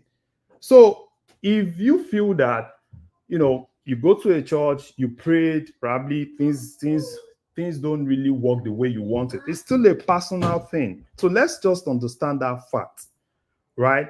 So you can decide oh, probably I don't like this pastor, is fake, is this, is that. But someone else will tell you, they go to that place, they believe in that person. And the actual fact is just that the only thing you can only do is not to go there.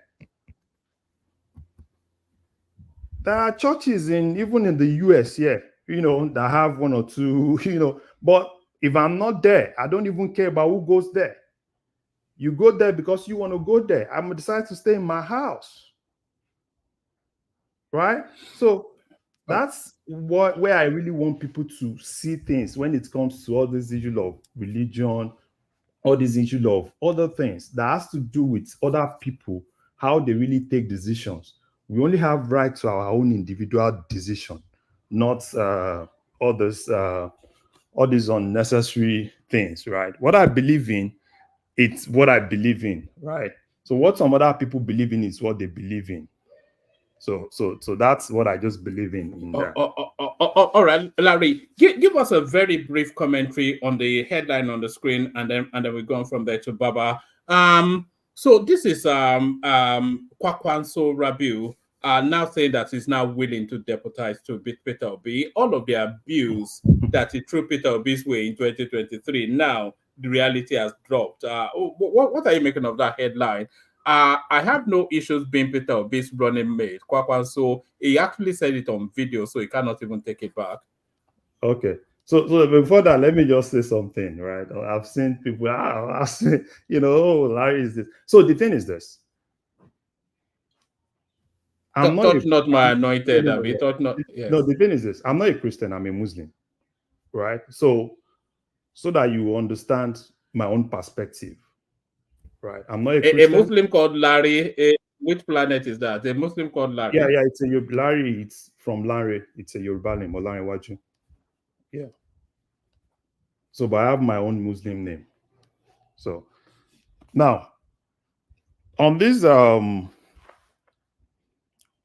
Kwakwanso thing, so it's still all politics, right?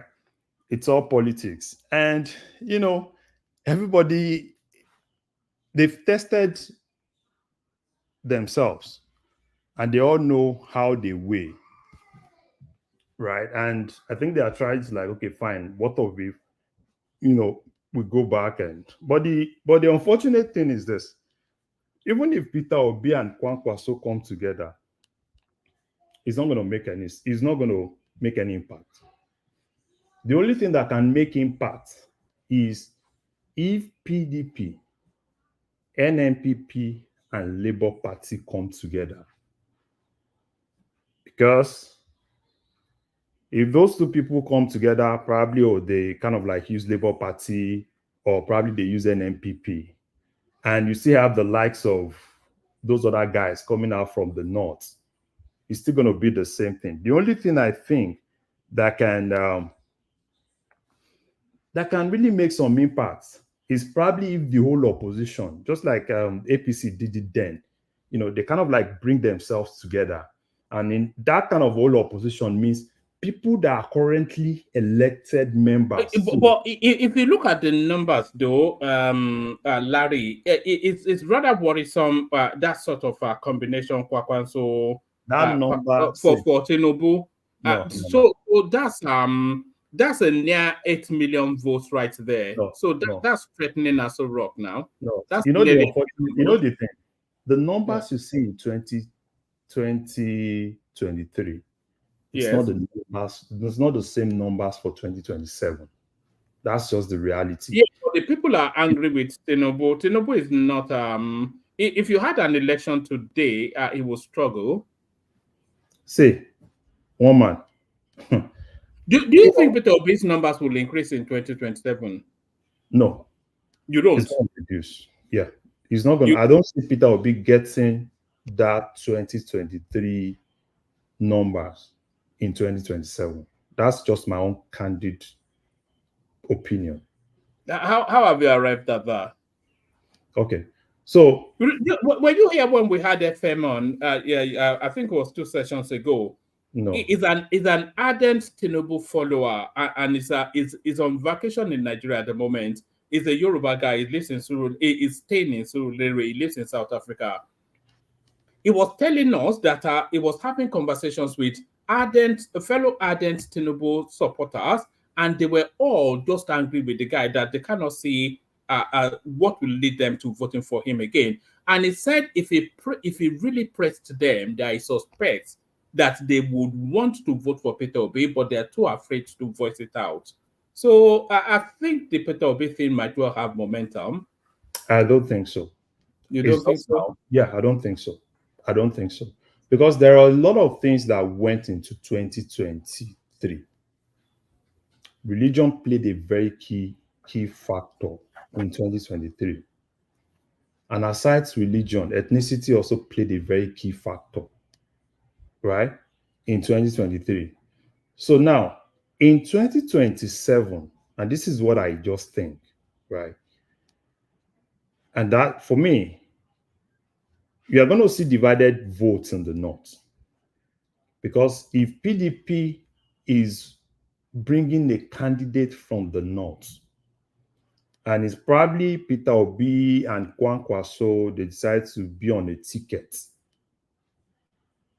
And TINUBU is also contesting. It's still going to be the same. It's still going to be the same. Let's not deceive ourselves. The only thing they can do, it's probably if all of them can get themselves back to probably PDP with the current elected officials in PDP, as in people that are probably in National Assembly, get 1 or 2 governors to be in line, and they're able to form that formidable force, then I will tell you that they have a chance. But if it's still the same, Obi and Kwakwanso, Atiku is coming out on his own, and probably Atiku picks somebody from the south, it's still going to be the same thing. Let's not deceive ourselves. It's still going to be the same thing. So probably what they need to do is to go and sit down, not just an Atiku and Kwakwanso thing. Do you think TINUBU will be able to hold on to his numbers in 2027? Okay, so in terms of holding on to his numbers, so I think the thing is this: it's going to be more of getting more states, trying to get more dominance, and then they go into election. It's a whole lot of things, put all the machineries and everything. So if you ask me, it's 2027 going to be free, fair, and all these things? I can tell you, I don't know now. You understand? Larry, why don't you ask one man? Do we have any opposition for now in Nigeria now? Opposition for now. Ask one man like that. One man, is there any opposition in Nigeria now? Party. We have opposition now. Are they potent? No, are you going to say that the obedience is not potent? They are potent. I don't think so. They are potency. Who do you say the government responding to the most? They are always responding to the obedience now. So that is to tell you their potency. Yeah, go on, Larry. I disagree with you. One man, you see that potency, it depends on how you are really looking at it. Right? It depends on how you are really looking at it. And another thing that will happen, you see a lot of Labour Party, even in National Assembly, moving to either APC or PDP. Right? So because obedience that you said, they've not really been able to establish themselves in a political party. And we are close. So, it's not like, people say, oh, we are obedient. It's not like there is a particular structure that they've really gotten themselves in. And, before you know, it's 2 years to election. It's just going to be more of that obedience that you see on the internet and not really the ones on the ground. So for me, I think we've had that commentary before, haven't we? When they told us that the obedient movement was a Twitter movement until they got 6.1 million votes. No. 6.1. You see, that obedience movement, and I've said it, right? A lot of things played out. I have a lot of friends that were more like, you see their pastors coming out overtly telling people, yes, you have to fall in line. It's more of a thing, right? We have to take it. So it's a whole lot of things. So that actually played out. So for me, if they are really serious, I would rather, even in terms of someone that actually has the chance, if Atiku is also still coming, I think probably Obi being a deputy to Atiku will be more formidable than Obi being a president and Kwakwanso being a vice. And that's I agree with you that would be more formidable, but more realistic, because even Kwakwanso now has thrown his hands up in surrender. So a more realistic combination is a Kwakwanso Obi.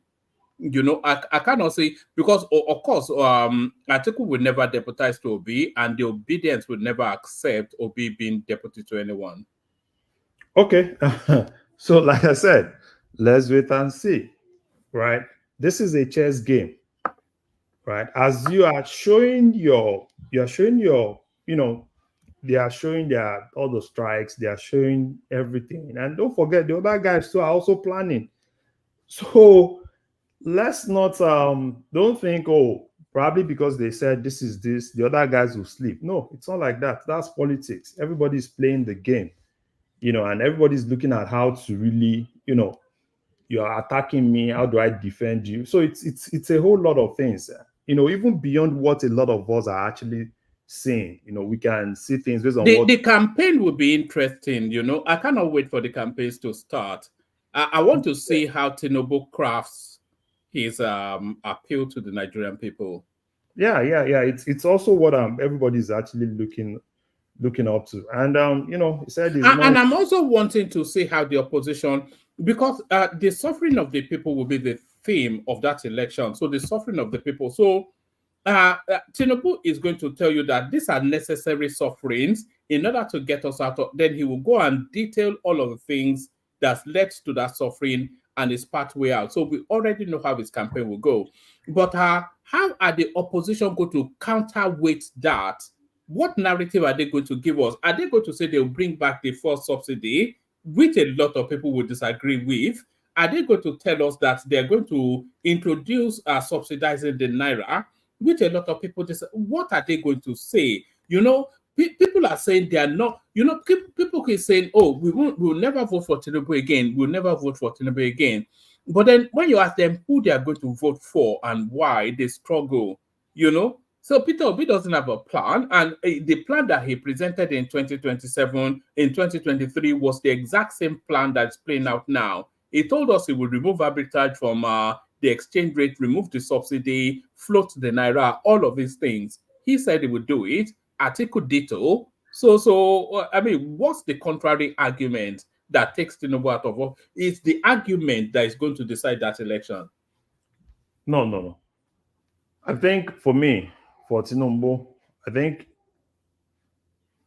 it would definitely, for me, I think it would definitely be working to turn the economy around. Right? It's going to be working to turn the economy around. And I don't expect him to come in 2027 and start outlining, oh, you guys have to continue with this, is the suffering. No. That's not what I expect. I expect him to be able to come out with probably projects that his administration has actually achieved and outlining some of those projects.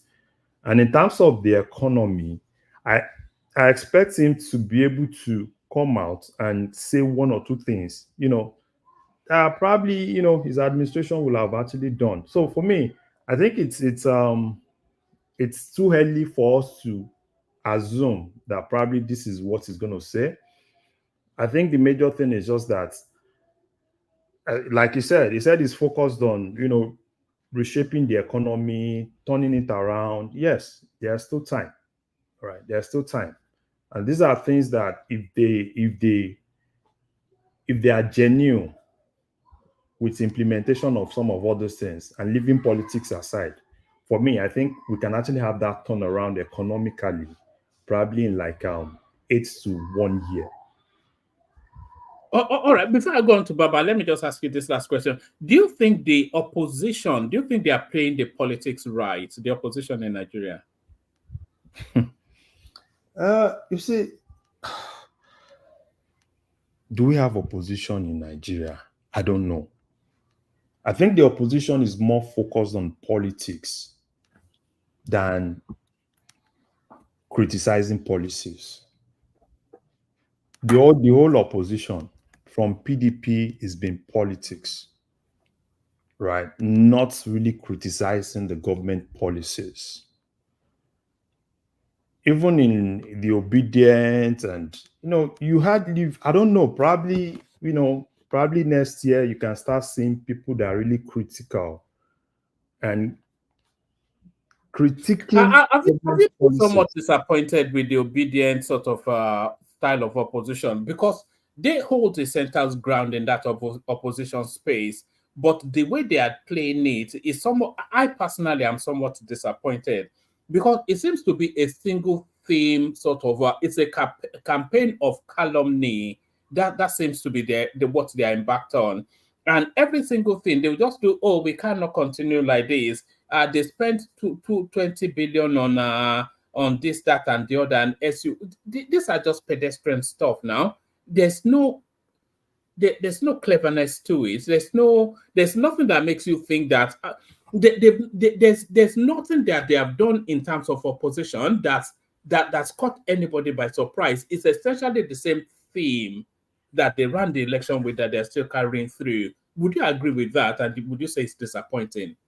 No. It's like that, right? So probably, when all of them are done with the politics, Obi and the likes are done with, what they want to do with Labour Party. Atiku is done with what he wants to do with PDP. Then probably they can focus on criticizing the government based on policies.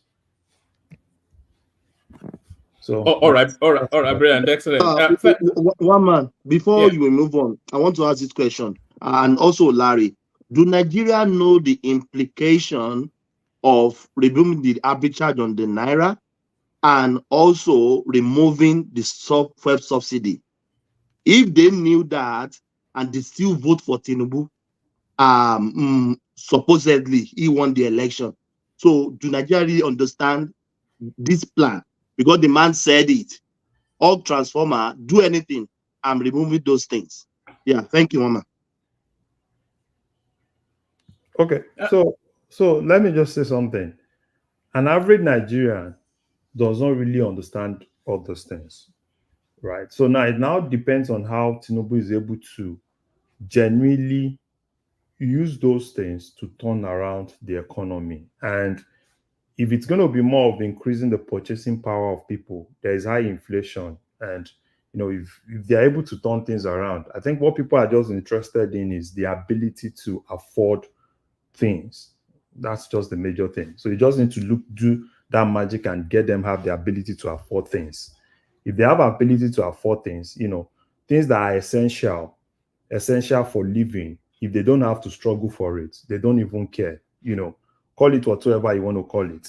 TINUBU should just be focused on that. And if he's able to get that right, I think people won't even be interested in any other thing. All right, brilliant. Thank you, Larry.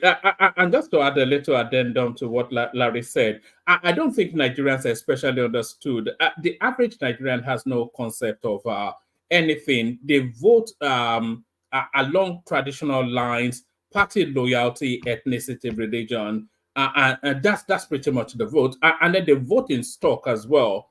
So when the iyaloja of a particular market tells them that this is how they are voting, then that's how they vote. When the Megiddo of a particular meat something, then they vote. So that they have no concept of the sophistry of politics or what's being said to them. But we've kept him waiting for too long now. Let's go to Baba, see if he's still there. Baba, are you still with us, Baba? Yeah, woman. I'm here. I've been listening from beginning. Good to have you, Baba. It's just a tidy little cozy session. Now, we were talking about Kwakwanso and he now having a dose of reality, say, ready to surrender to Peter Obi. And then FUBARA giving Yemson Wike a thorough good flogging in Rivers State. Pastor Adeboye telling us now that he's sorry that he picked our pocket. So all of that. Yes, woman. Very fine evening to you and the panelists and the people of the comment section. Our esteemed listeners, watchers, please remember to click the like button while you're at it, doing your listening and watching. And don't forget to share and subscribe also.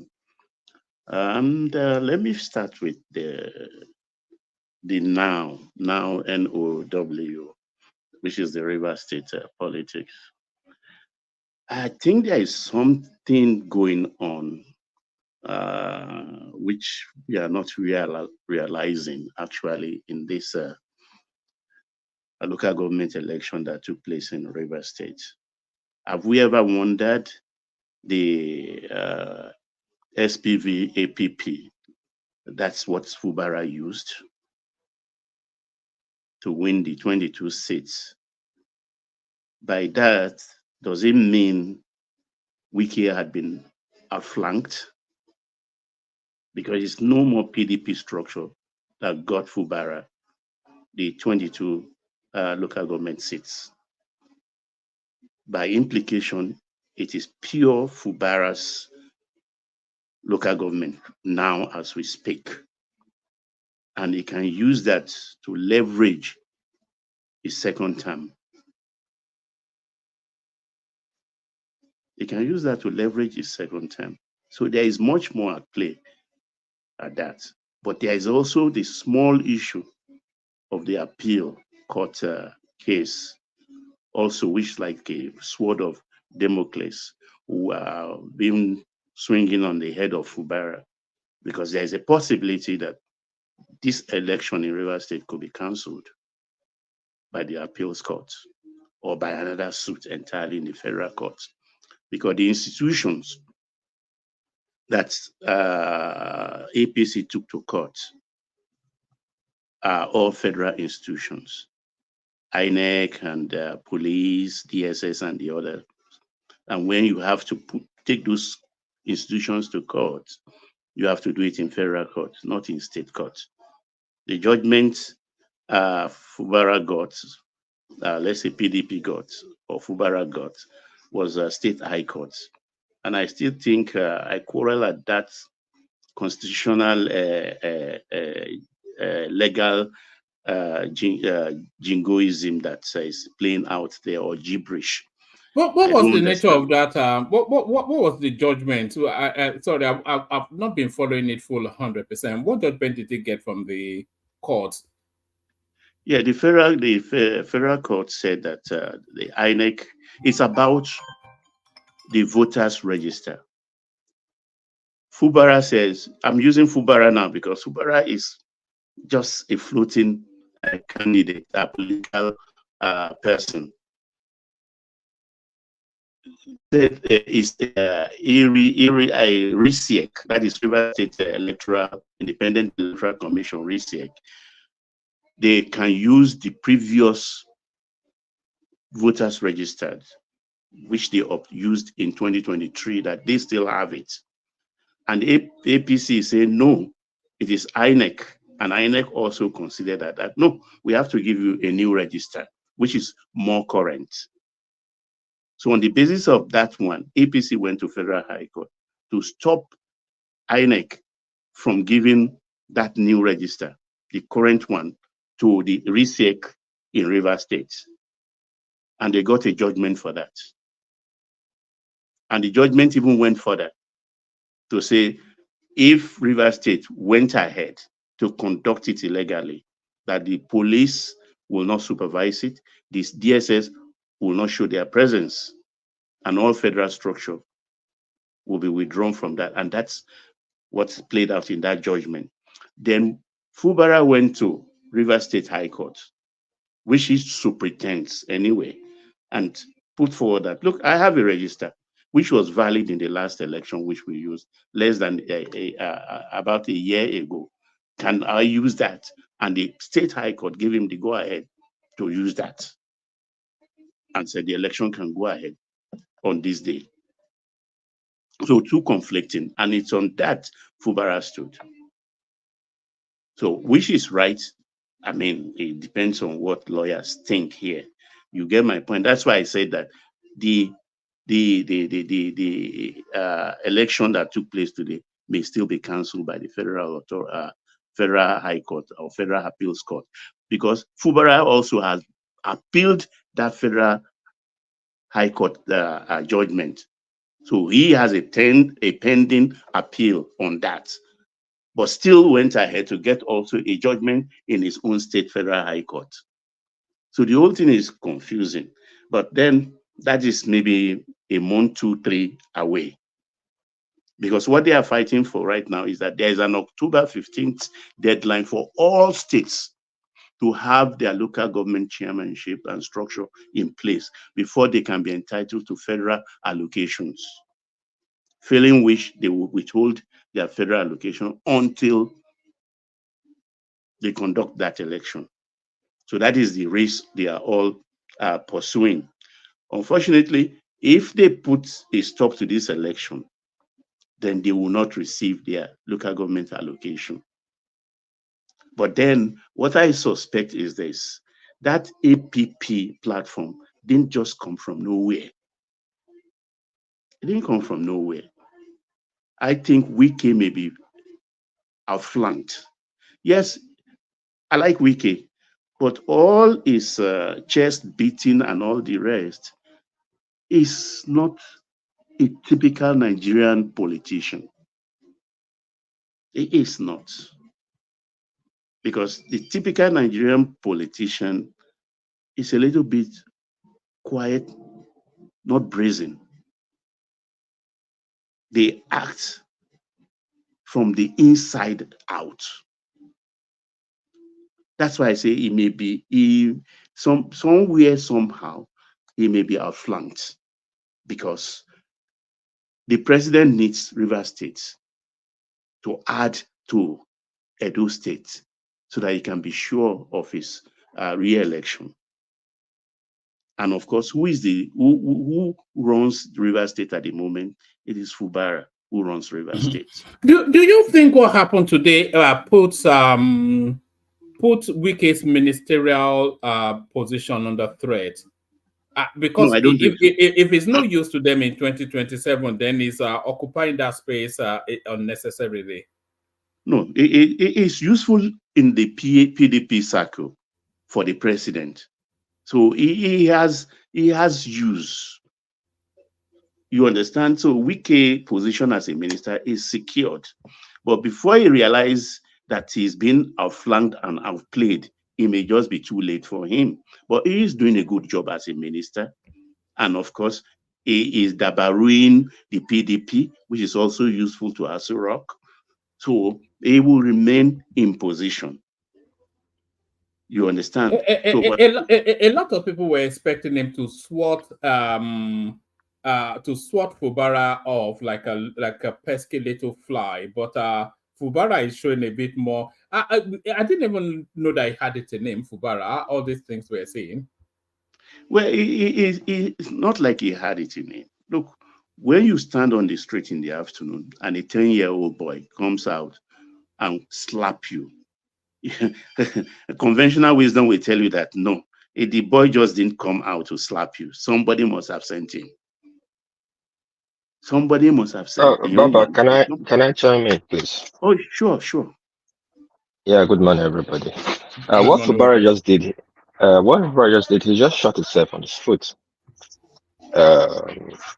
I agree to what you said. The litigation that is going on, those one will take time, but it's not going to favor him anyway. He's going to put a River State on a standstill. There's going to be litigation upon litigation, judgment upon judgment. That will make things unsettled in River State. But that being said, this is a case of what happened in Benin when Obaseki got 18/18 local government chairman, each chairman into position. Remember, APC put out of the local government election. Labour was thoroughly weak, right? And the federal government didn't say anything.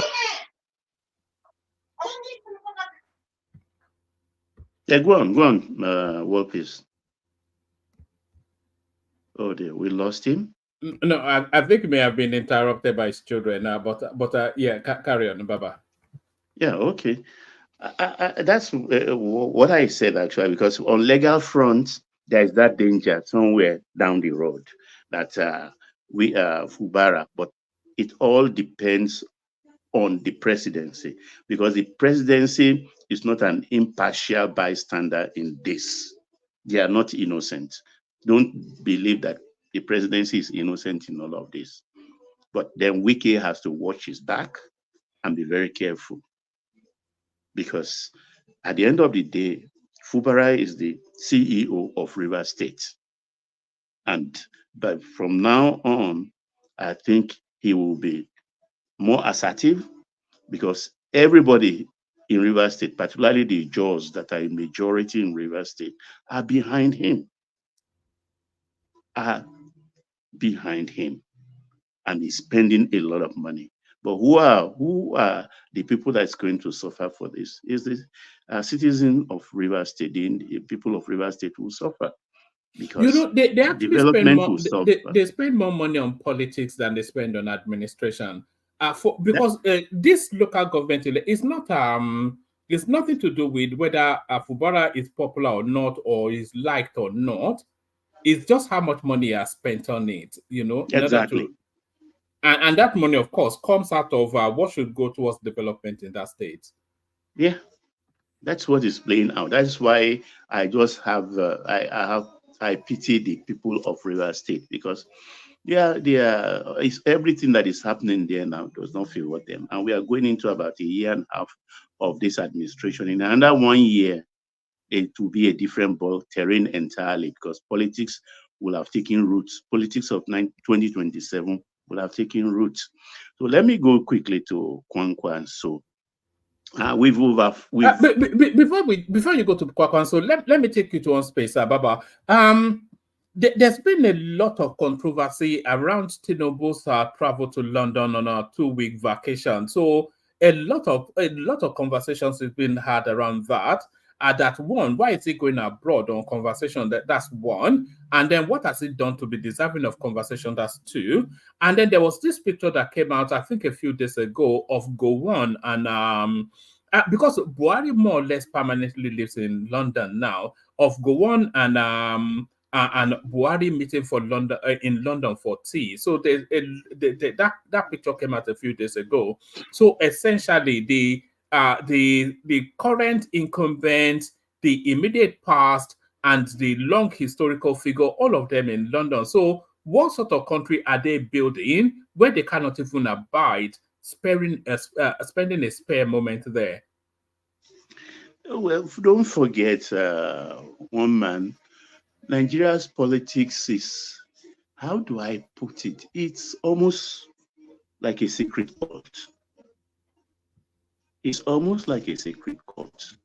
You see, you hear PDP, ACP, BBB, BDC, they are all one. There is a thread that strings all of them together. So, and it's always, they work hand in hand. It is the people of Nigeria that suffers in their hand. Look, at play at the moment, I will tell you authoritatively, is the new ministers to be appointed. And when it comes to this now, the president is playing politics with it. Yakubu Gowon is there in London. Buhari is there in London. IBB will have his emissary there. Same thing, we will not know when, what's the other bearded man now, the ex-head of state, will also be there. Jonathan could sneak out too, he will be there. It's about the ministerial position. The previous one was purely APC politics, but this new one will be to appease all groups, even including Baba OBJ, to let him have a breathing space to execute his program, because the president is not backing out from his twin policy of subsidy and forex unification. He's not going to back down. He's very sure he will succeed, but he needs a breathing space from these people who are, in quotes, owners of Nigeria. That's why he is in London. Besides his health issue, they will all meet up there, do their normal thing. He will come back, looking rosy cheek, and then make his announcement. But all the ministers he will appoint at the end, if you look at each of them properly, you will know where they all come from. That is what is at play at the moment. So can I go to Kwakwanso one now? Yeah, you can go to Kwakwanso, and then after Kwakwanso, maybe we want to speak about the ministerial reshuffle that was promised but never delivered. But go to Kwakwanso first. I'm still saying that's the most. I think that's the most we can ever hope to see in terms of mergers. Kwakwanso will be so. Kwakwanso has nothing else to offer beyond what he offered in 2023. So it's somewhat even Obi favoring him to, but if he brings that 1 point whatever million votes, then Obi can add it on. But outside of that merger, I don't see anything else that synergizes. Yeah, well, we've talked about this issue a lot of times, and we've not overflogged it though, but we've flogged it several times. And I think what Kwakwanso is just playing is not that he wants to be Obi's deputy. He wants to lure Obi into the NNPP on the NNPP platform. He knows he's not having it easy with LP, and there is a chance that he has to drop LP. Where does he go? Which is a question we've asked here several times. Absent LP, where would Obi nestle in? It's kind of throwing him something that, okay, you can come on NMPP and we will accommodate you. That is one. Two, realize that it's not written in our constitution, but there is a political understanding in our country that power devolves to South and the North. 8 years. So the North also, even they are hassling TINUBU. He's not finished his 4 years because they were in a hurry, because they think they will have it easy with him. But this man is independent, and the policy is running. It's not favoring them. So they are in a hurry for him for them to see his back. But then you want to bring the Obi equation into it for 8 years, naturally. That will make it about 12 years running for the South. The North one will not be patient with that. Two, if we look at the realm of possibility, Do you think that is the biggest hurdle that Obi has to surmount? That if he becomes president, then he has the 8 years complement that the constitution facilitates. And if you add that on to the 4 years of TINUBU, then that would be the North out of power for 12 years. So I mean, that's a big hurdle to surmount. That's it's there. It's a question of arithmetic. You get my point, because the North, even up till now, they still. That is why that's on that premise. Article stood the last time he contested that Yar'Adua did not finish his 8 years. That his 8 years was cut short by his death. So it was their right for Atiku to contest. That was on the premise Atiku contested last time. So they are very conscious of that, and they always believe that the power is, of course, it is theirs for the taking at any time, because they believe the South holds all the economic corners of the country. So that too, there is even if peradventure the merger took place, Kwakwanso Obi, they are playing into the hands of the president, because the same thing that happened in 2023 will happen in 2027. Why am I saying that? Because Atiku will contest, and Atiku will contest on either PDP platform or another platform entirely. Of course, Atiku will use the arithmetic of the 12-year stretch to campaign, and that would divide the vote of the North. Yes, Obi is coming guaranteed with his 5 eastern states vote, which is about 2 million guaranteed. Kwakwanso will deliver maybe, if not 1.4, because don't forget the Ganduje factor. We cannot discount that too. You get my point? So let's, for this sake of this arithmetic, say, okay, 1.5 for Kwakwanso. That will, of course, be 3.5 million votes. So the balance of the votes, it will be eaten up by Atiku. And by doing so, they've divided the votes again that is available to them. Who do you think an Obi Kwakwanso ticket favors? Because it's something as though you think it favors Atiku more than anybody else. Well, if he was the president, and I may not disagree with you, yeah. Yeah, if he was the president, because Atiku will get a vice president candidate, either from the Ika Igbo stock or from the Southeast as a VP. But I think it will be more of the Ika Igbo he would pick. Maybe. But if you had an Atiku, if you had an Obi Kwakwanso ticket, then all the northern votes that could have gone to Kwakwanso, Atiku can argue it to come to him just on the premise of what we've already established, that the North will be out of power for 12 years. So it favors Atiku more. Yeah. Yeah, that's exactly what I'm saying. Because the surest bet for the North, actually, if they are determined to get the TINUBU out of power in 2027, is through Jonathan. That's the best bet. But I can't see Jonathan coming into the political foray in 2027, because open your eyes well. Jonathan is TINUBU's man.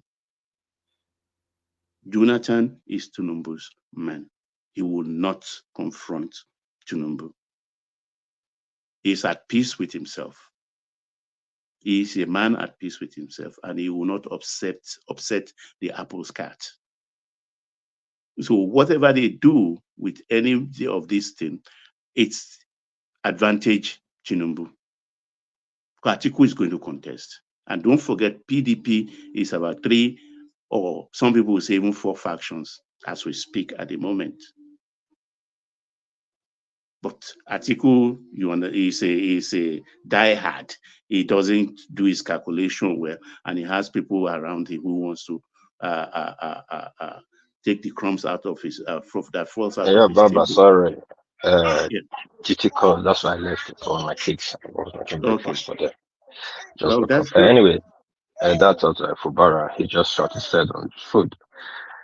Yeah, the local government chairman is really, really not important, but the distraction to him, he does not know that. Soon that local government autonomy is not going to play, and soon his local government chairman will be answerable to the center. Don't forget, he used an unknown party to get them to power. We've actually moved away from that conversation, but I know I'm going there. So, and at the end of the day, if he gets his way, by the time the presidency and government election comes, they're going to do the same to him. Same thing they did to Obaseki. Same thing Obaseki did in United States. He got 18/18 to power. But when he came to governorship, they did the same to him. Now he cannot complain. But anyway, that's what FUBARA. For Atiku, Kwakwanso, TINUBU, I think you guys you don't really understand what's going on. TINUBU needed 3 ways to get into power, and he needs 2 ways to remain in power. There's not going to be 4 parties in 2027. There's going to be only 2 parties, APC and PDP. And how it's going to be is either it's going to be APC or PDP that is winning. There's no 3 parties or 4 parties. Well, what about the obedience? Obi is collapsing soon. We all know Obi is the it will collapse Atiku. I don't know which part, but Obi is coming back to PDP soon. That is written on the wall. Kwakwanso is going to decamp soon. All this menja is not meant for party. It's meant for them to have. We've discussed this quite a few times. Sorry, Baba. Baba still has the floor, but we've discussed it several times. If Obi goes back to the PDP, then it will have to contest. It will have to contest for that presidential ticket, because Atiku is not going to give it up to him. Wike is not going to give it up to him. Saraki may not give it up. There's too many big juggernauts in the PDP for him. Atiku will have to give up its presidential ambition for Obi to have any joy in PDP. So unless Obi is willing to give up his presidential ambition. One man, that is left for them to decide. Like I said, Tinubu needed three-way party to come into power, and you need two-way party to remain in power. Whoever go to the third party will going to be inconsequential, like Labour Party in the last election in the states. It's going to be between. And if Obi goes to the PDP, he will take the Southeast with him. Although the Southeast It doesn't matter. Tinubu needs two ways, and the election is going to play. No, what's going to happen is going to be a repeater of Buhari versus Atiku 2019 election, which was 2 ways. It will be heavily contested, but PDP, APC will be a winner. 3 ways is going to be a distraction to the country, which is really not important. Just watch what I told you. Before 2027, a lot of people will collapse back to PDP. Whoever stays alone is going to be a river that distances away from the sea is going to run dry. They have seen it. Labour is not standing. Kwakwanso party is not going to go anywhere. Nobody needs a regional party. Everybody needs a big party that is universal. And the saying is APC and PDP. So all these things you are saying coming together is coming together to get the ticket in one party. Either Kwakwanso and Atiku, Tabi comes out in PDP as president and vice, or Atiku and somebody in president and vice. Everything you are saying. Tell me the political engineering that can glue PDP into one unifying force. Because as we speak today, there are about 3 factions, established factions. Yeah, the political faction is there is for just to grab hold of the power of PDP. Don't forget, just a struggle. It's just a struggle of who gonna control the party, and that's why Wike is very vital to TINUBU. If PDP settle down today, Wike will be a very dynamic force in PDP, and Wike will be playing opposition against APC, but the opposition that we know, where the opposition is, and you're not going to win. You will look like he's going to win, but you're not going to take them anywhere. Now, what will glue them together? By the time they come together to settle down, okay, we are coming together. Soon they will all fall into place. Truly, they're all going to fall in place for 2027. It's still a long time.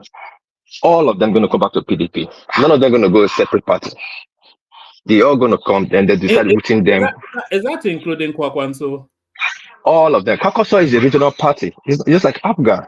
Kwakwanso known now he's inconsequential. Let me tell you, the Emirates issue will go on forever to 2027. Do you know Kwakwanso movement is already divided?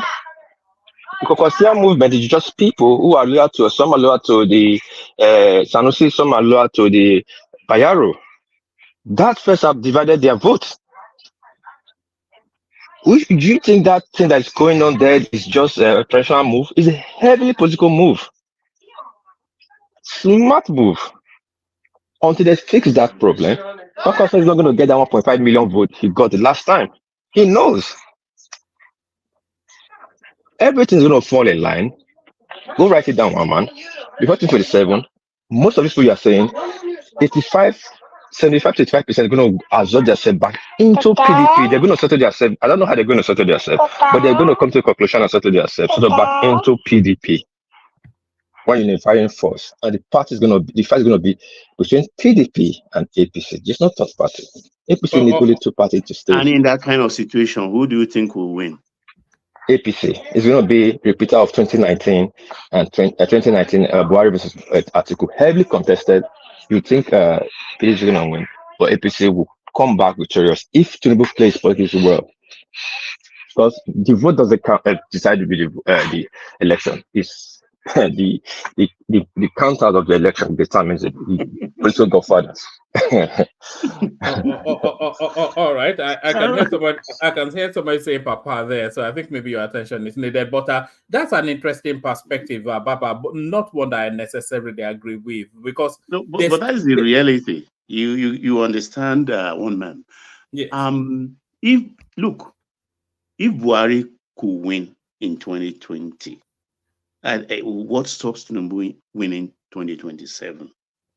Look at what played out in Edo State. Look, systematically, APC they are positioning themselves for a power grab in 2027. A lot of people will not want to admit it or want to see it or want to acknowledge it, but it is the reality. If you are effed, you are effed. Forget it. Forget it. Like I said, the APP platform FUBARA is using is not for nothing. It's for leverage. And let's watch that space for another 3 months, and we'll see what happens. So let me go to the O&O. O&O has evolved into a big power player in the oil industry. And really, I appreciate what they are doing, coming from their humble background in the mid-90s when they started. I think they bought a small oil concession, and from there, they've developed themselves. And they've gone from matured fields in Nigeria, in this small Portuguese territory by the birth of Biafra, also, and extended to Equatorial Guinea. Do you know now they are in Guyana? They are also in Guyana, and they are trying also to participate in the offshore drilling that is going on there, and also a refinery in Guyana. So we have another big player in the mold of all that has been there all along. But I'm happy they are not like the people who just take and go and sell the crude oil. They are now real player in the sense that they are trying to have their own refinery, even outside Nigeria, and they have forayed out of Nigerian waters too. So that's another good thing that's happening in Nigerian space, whether we like it or not. More of those profits, or a lot of those profits, will trickle down into our treasury. So that's for that one, man. If there is no, then I'll yield and wait for my turn again. All right. It may well look round to you quicker than you think. We're still waiting for the room to populate. There is Akim right there. So it's only really to fulfill all righteousness. I know he's already asleep. I thought it was old people that they say fall asleep at the drop of a hat, but Solly is a young man. But I'm sure, Solly, you're asleep already. Solly. I'm still here. Oh God, you were quiet all the way through. I don't see the point of interjecting where people don't know how to argue back, and they twist my words and be very vindictive. You are loading, yeah. Yes, because in real life, I used to pity people like that, but I started destroying their lives because I know that they need their jobs. So when you lie on me and you use the enriched emotions of people to back up your lie, you can do that online and get away with it. I thought you had sufficient enough time to cool off, eh? No, because one man in real life, Nigerians used to try this thing with me, and I used to make them lose their job. Because first of all, it is you said it, but when we start facing legal issues, this is what you meant. Let me ask you a question. I saw it. Let me ask you a question now, Solly. What's the longest you've ever been in a relationship? About 8 months. Yes, I can imagine that. I can imagine that. You'll be very difficult for any woman to stomach with this sort of attitude. I need to train you up. If you have this sort of energy, then you will struggle to live with a woman. You may well find that. Yes, because I break up with them. You cannot continue to be foolish and playing games with me. Go and play games with another person. My God. Anyway, I hope you grew out of it. What happened to you? So you were meant to start your sessions earlier on today. Yes, but I just wanted to get confirmation from you first, so I didn't start it. But you said that I can start. So yes, I will be starting my sessions around 2 p.m. London time. I will schedule it. It's not going to be every day, but I will try my best to make it every day, where we will be facing the real issues. We will be talking about what is really going on instead of trying to, worship fake pastors that will not make it to heaven, leading their congregation to hell, fake pastors trying to collect money from the congregation. If Jesus came down here today, you see what happened in the Bible when Jesus went to church and he got so angry and he scattered the place. If Nigerians were there, Nigerians would have been saying, "Oh, Jesus, why are you being so disrespectful? You should respect your elders now." The same way they behave with their pastors. When their pastors are dealing with them, when their pastors are siphoning money from them, they will be doing mental gymnastics to back it up because they don't want to believe that they are wrong. There's a Turkish proverb that says that it is better to go back on the wrong road and start again on the right road. But Nigerians, no, they'd rather defend the lie, continue to suffer because they are worshiping their pastors and they are looking for a way to bribe their way into heaven. So my session will not include all those nonsense. We'll speak truthfully. We'll say things as it is. If you want to continue to lie to yourself, you can do that. I won't stop you. I won't tell you are disrespectful. You can speak however you want. You have your freedom to say whatever you want, and we'll try to find solutions to our problem. Hopefully, we gain more viewers there. So that's what my session is going to be about. All right, brilliant. You said you wanted to. Actually, do you want to speak to the topics we are speaking to, or do you want to speak to?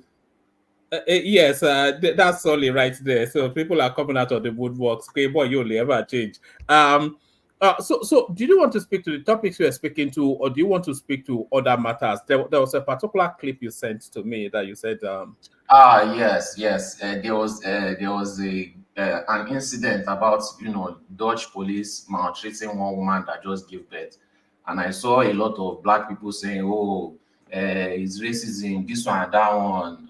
I don't know if you can play the video, one man. Well, there's a bit of violence there, so you can cut it off at that part. It's just the way they handle the situation I was trying to show. So the way these people live their life here is like their whole life is about their job. All their friends is in their job. Everything they do is about their job. Their life, they will do anything to keep that job. So I've seen a lot of. It's not even black people; it's white people. But they were violent somewhat in that video. I have to say. Yes, that's how they behave. If you don't listen, look. If they've towards a pregnant woman. No, she just gave birth. She wasn't pregnant at that moment. Yeah, a nursing mother. Yes, so that's what I'm trying to explain. If they've backed you into a corner, right, where they are legally okay, I'll play it up to the point that I feel is violent, but carry on. I'm not going to play the volume, but yeah, carry on. So let it just play. And by the way, that's a woman that is being handled right there by about 3 hefty men raining punches on her. So the first time I heard something like this was from a white Dutch woman. I was like, these people, they don't have any, like, if they can legally back you into a corner and start fining you, that fine is going to continue to increase and increase. They will not add any emotion, they will not add any sympathy, because they just want to follow the instructions that have been given to them and do their job.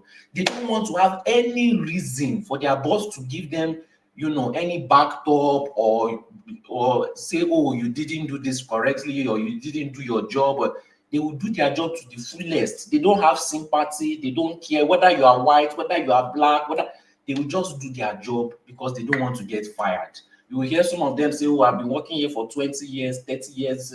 It's not racism. These people are just heartless when it comes to their job. That's just it. That's just it. They will do anything to keep their job. You see how they are carrying babies. Do you know how many white women that they've carried their children away? That's why I say that this place is not a good place to have children. And then again, these people have. When I hear people say, "Oh, Nigerians are bad, Nigerians are criminal," these people are the same. Just that they like to keep a good image. They will lie on you. They will distort things just to keep a good image. When you are dealing with them, you have to have audio recording. you have to have video recording. Just as an aside, I'm not sure how much race played in this clip or not. It didn't. That's what I'm trying to say. But I'm halfway with you that Black people live to race they live to it too readily. So they will discount all of the possibilities that would have led to that circumstance and then go to race because they know it's a hot button something, you know. Like somebody doesn't like you at work, and the person happens to be white, you know, and then you say it's racist. It might just not like this tone of your voice or your general attitude. There's a whole. If I don't like you now, you are black and black. So there's still reasons why I don't like you. So why can't a white person not like you for those reasons, but they'll just lead to racism? Yes, and which is very bad for us because it's a situation of where you cry wolf, you know. When you are now really in a situation where you are facing racism, nobody will believe you, you know. So, but I don't think it's going to change anytime soon. A lot of people just throw it out there, and I won't say it's annoying, but it won't play well for us when we really need it. So yes, but let's move on to the main topics before I advertise my session. All right. Did you want to go to the Pastor Adeboye giving an apology for saying people who don't pay their tithe will go to hell? So I'm not surprised. Most of these pastors are just charlatans. You know, all they care about is making money from you. They don't even preach the word of God anymore. They just want to brainwash you. Look at the pastors in America. If you are in America, everything you're enjoying as a black man, the pastors fought for your rights. The pastors fought for you. You see Nigerian pastors, they are so mute on the suffering of Nigerian people. All they focus on is enriching themselves. You see Nigerians walking on the streets, praising and worshiping their pastor. They don't care about Jesus. They don't. Because Jesus would have never supported this Nigerian pastor. Have you seen the phenomenon of this new church? They call themselves the Chosen. It's a cult. It's unbelievable. Let me play you a little clip. I think I have a little clip of it. Everything they said against my church is over. Nobody remembers them. Nobody talks about. Everything they said against my church is over. When they were talking, Jesus was watching. When they So there they are. They are worse than Olumba Obu, you know. One man, that one is not even bad. I saw one video of them. They were in mud inside in the middle of the street. I saw it as well. It's these fantastical stories that they come up with that they were surrounded by bandits and they were shooting AK-47 at them, and then a lion came and rescued them, and then they just unbelievable stuff, you know. And you see Nigerians doing mental gymnastics to defend these people. And you think that the only reason why they are defending it is because they don't want to miss out on the opportunity of their own miracles. So it's usually based on personal interest and self-centeredness, you know, when people back up this kind of charlatans.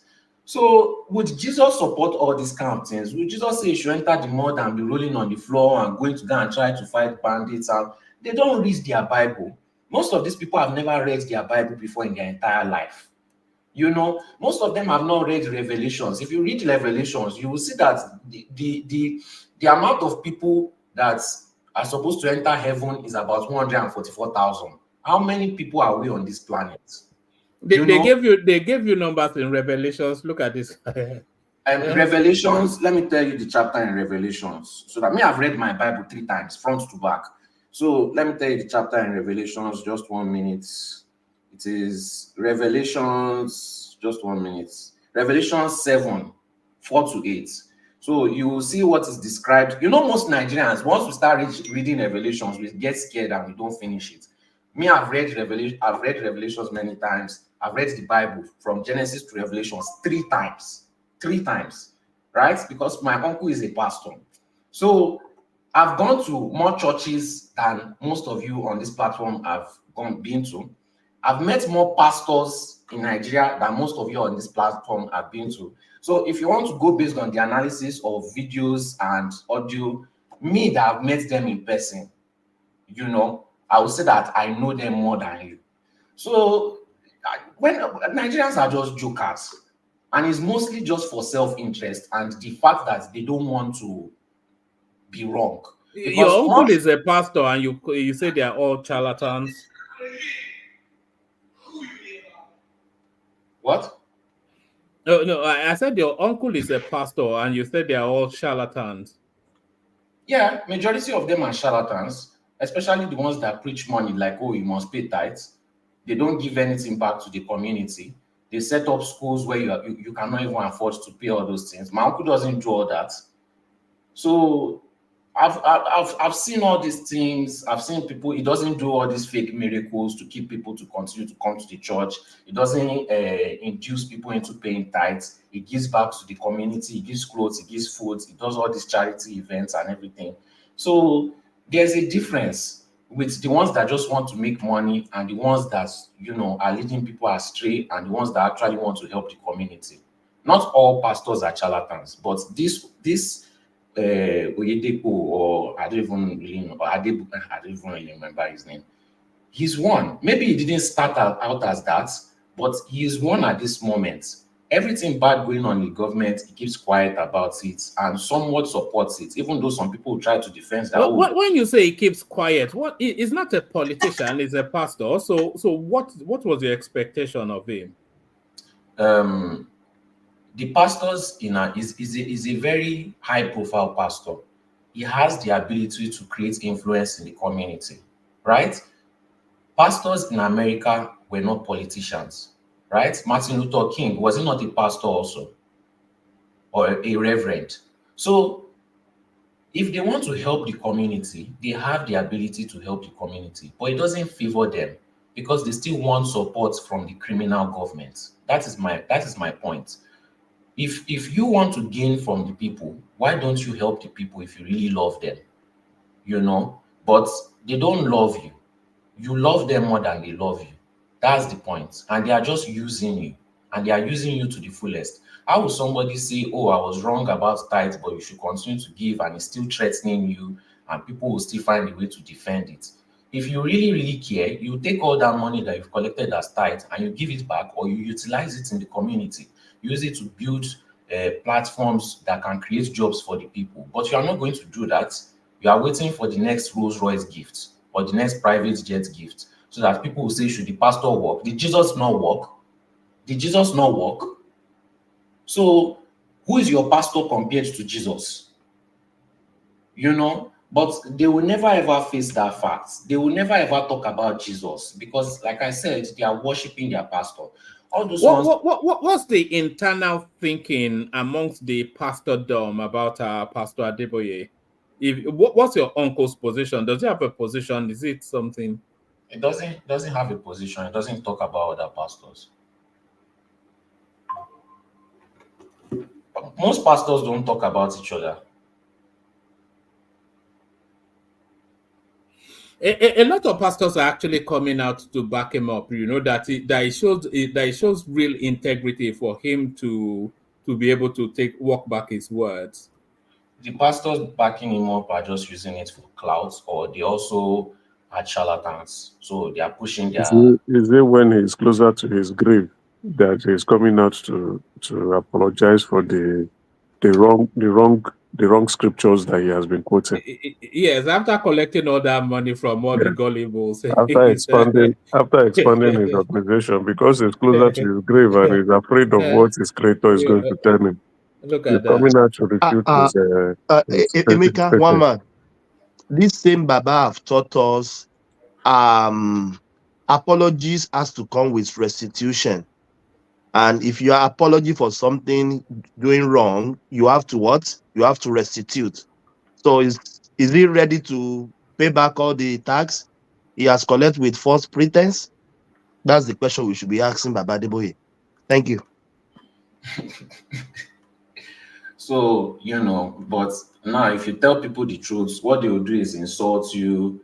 You know, what they will do is they will try to twist your words because they know they can get away with it. They can't just accept that they are wrong, you know, and there's nothing wrong with being wrong.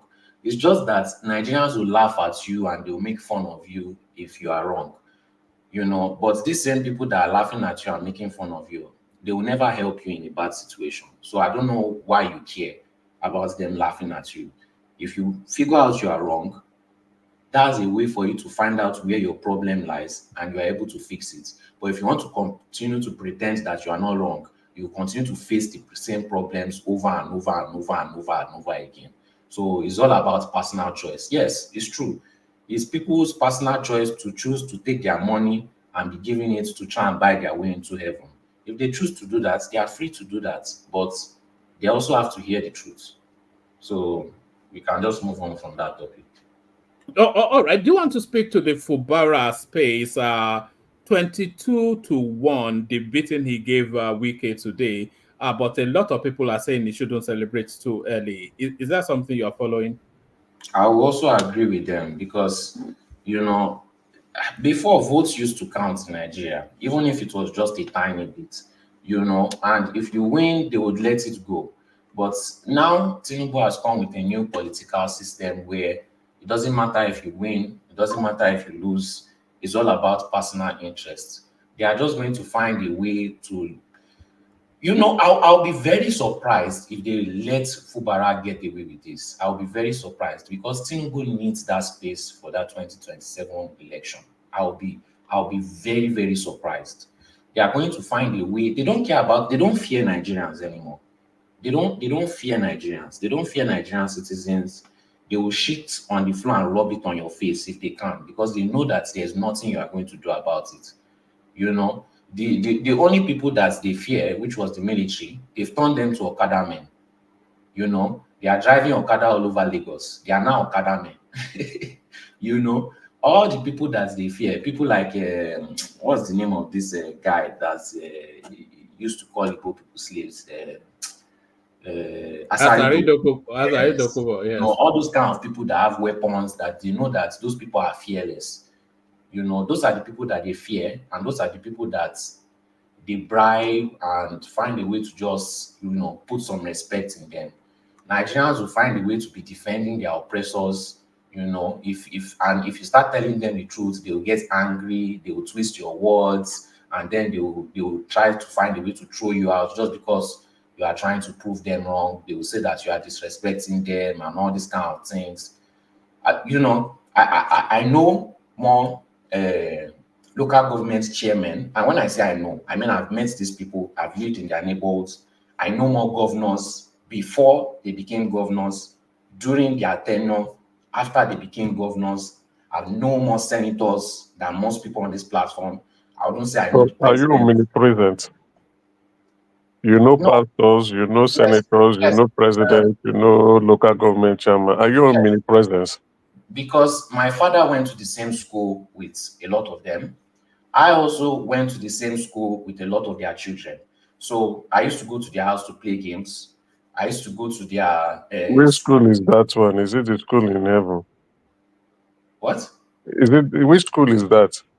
In Nigeria. The school get name now. Is it But King's College? I'm not going to tell you. So it's probably going to be some army college, something or the other, isn't it? No. I went to both military and private school.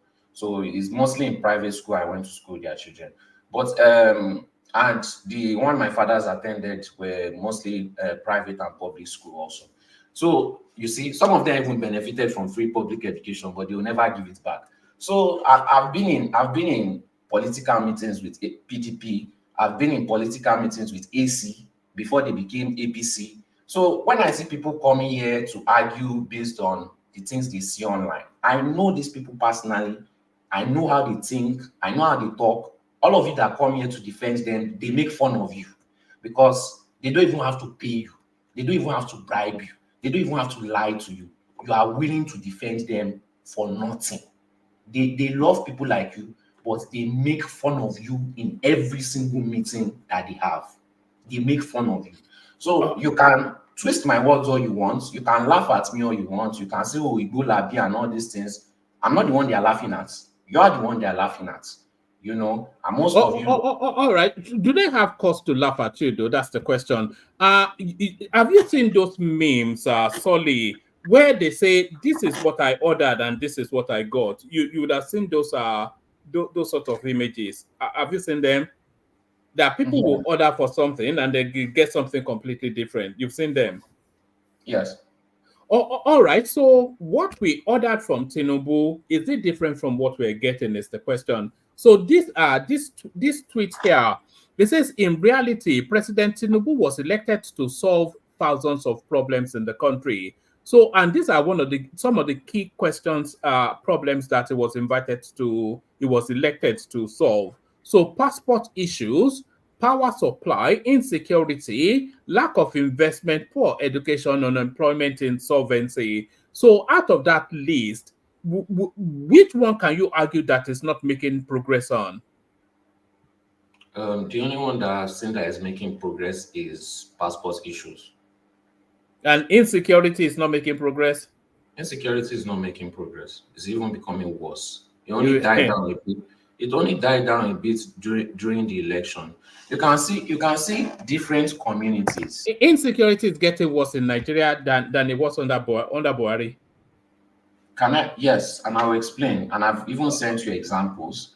I don't know if you want to go back to them. You see people in communities complaining because the security personnel, the military personnel are even saying it. They are recording it on video and posting it to Nigerians because they don't know what to do again.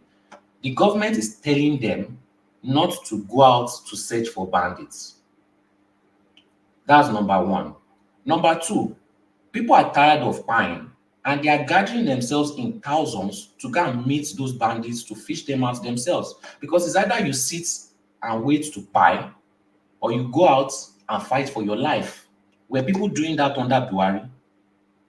People were not. Number three. People were being slaughtered under Buhari, Solly. Yes, but they know that the situation is worse because at this point in time, at least back then, military were still going out to go and fight the bandits. Now they have been ordered not to. They have been ordered not to. We see them. No. You know, under the 18 months of TINUBU, more of the heads of the bandit areas, their leaders, more of them have been pied than under 8 years of Buhari. All right, that's good. I'm happy that you mentioned that. Now, all those bandit leaders that have been removed, the reason why they were removed is because they were not following the instructions of whoever is guiding them. One of the bandit leaders told his members that they should stop attacking the poor and they should stop attacking the helpless. Guess what? Nigerian military carried him in the next few days. And when they even carried them, the people that were there, like his followers that were let me play you a clip. You not talk much, and you could take record. I mean, you know that we have not been talking. We have been walking. We walk. We talk less. But I can assure you, we are on the right track. Nigeria is getting to be stable. We are restoring order. You will feel it. You will see it. Give us time. But it's also a gentle reminder to some of us who are here. Don't forget a Nigeria of 2022. Yes, a Nigeria that even here in Abuja, bad people, terrorists, bandits will come in and kill our soldiers. A Nigeria where people will come in and attack our prison and remove the most dangerous people to their prison. Just 2022, up to 2023. A Nigeria where they will attack a train and take hundreds of people and victims of kidnapping. A Nigeria of 2022. Yes. And we came in. And I can assure you, today Abuja is secure. Today, you can walk and drive at night. You can go to Kaduna, you can go to Lokoja, you can go to Mina, you can go to Lafia. You feel safe. Just 1 year, 3 months, or 4 months. In Nigeria, you can drive any part of the country today. And you dare not do it in 2022. A Nigeria where Niger Delta is beginning to be normal and order. A Nigeria where Southeast, all the police stations are back to work. A Nigeria where non-indigenous of that part of the Southeast who walk and drive and live there without any fear. A Nigeria today where bandits are on the run. I can assure you over 20 of the bad ones are today have lost it in the fight they are taking against Nigerians. We can give you names. They are no more, and they will continue to lose. In Nigeria, where today Boko Haram is on the run, hiding, cowardly coming out from time to time to bring little children to go and kill innocent people.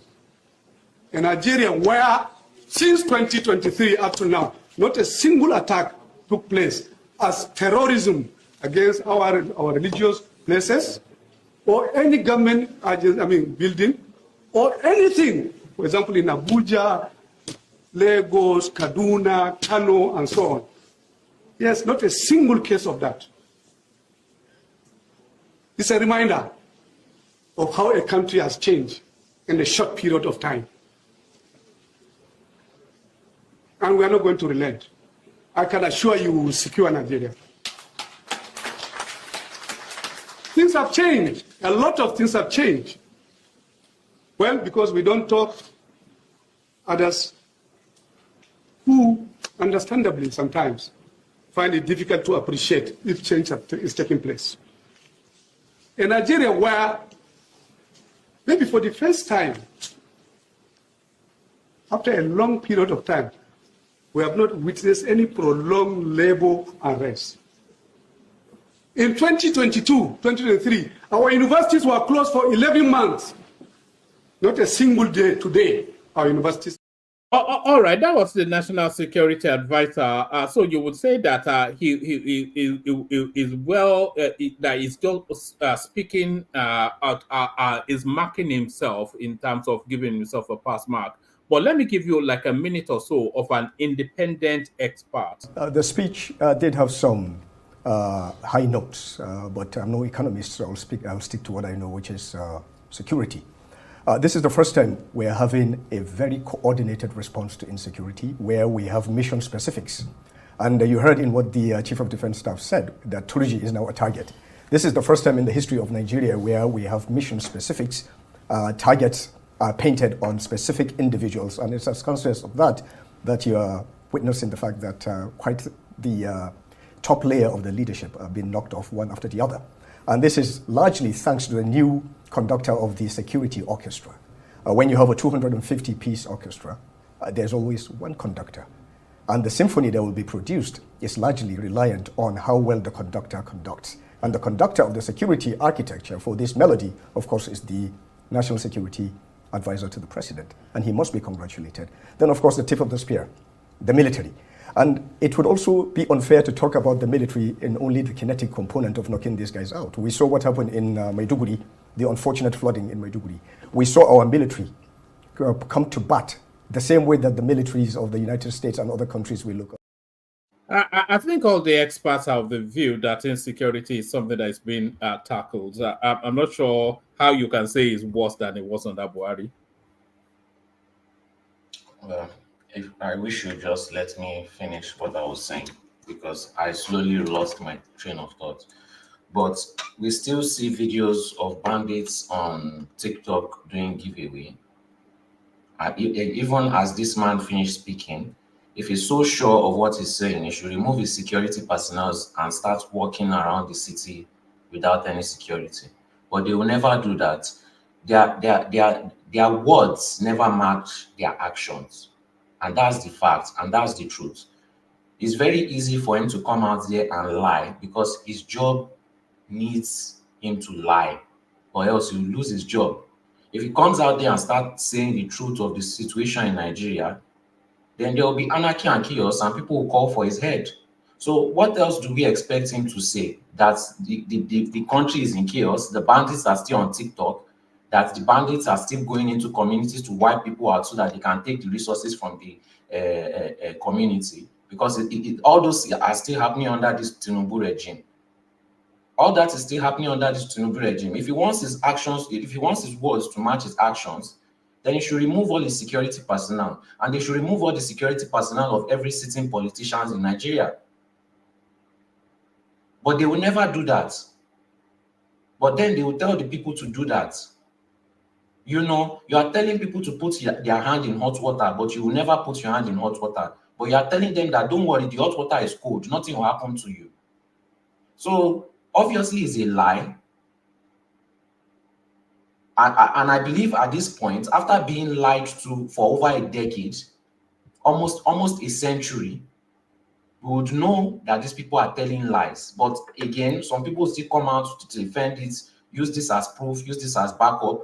During my session, I can play some video like this, and then I'll play the reality. That would be the difference in my session, because I don't want all these continuous lies. Nigerians need to understand the evil that they are dealing with, because they don't understand what true evil is. They come out and they shout, oh, racism, racism, racism. That is not evil. This is pure evil. When you are leading people astray, you are leading people into fire, knowing fully well that that is fire that is there. Can he live in those communities without security? Can he let his children live in those communities without security? Can he let his family members live in those communities without security? Let him test it first, then I will believe him. I'm not saying he's lying, no, but I want him to test it so that he can prove it to me. Show me your product works before I use it. I want you to use your product before I use it. You know, since you want to sell it to me, use it first. Because would you use medicine that somebody, if somebody gave you medicine, would you use it knowing that the person is afraid to use that medicine? No, you would not. The power supply, they are just using it as a way to siphon more money from people, talking about band A, band B. All that is nonsense, doing segregation. Why not provide light for everybody? Why hike up the price so that intentionally some people will not be able to afford it?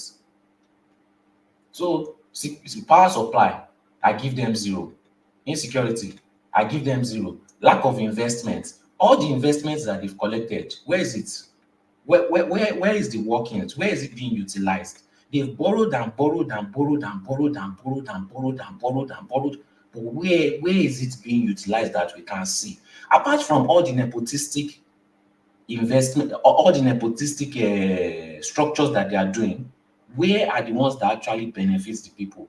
None is in existence. It's all being siphoned into their personal bank account. There are even paperwork out there that shows that these people don't even try to do any kind of project. They just wire it straight into their bank account. Just wire it straight. They still collect tax on top.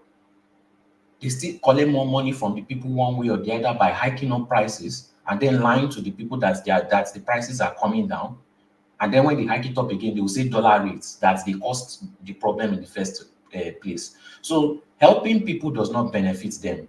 Making the people suffer is what benefits them. Look at the flooding that happened in Bauchi. They let that thing intentionally happen. How many millions of people died just because somebody wanted to chop all that money to use it for their next election?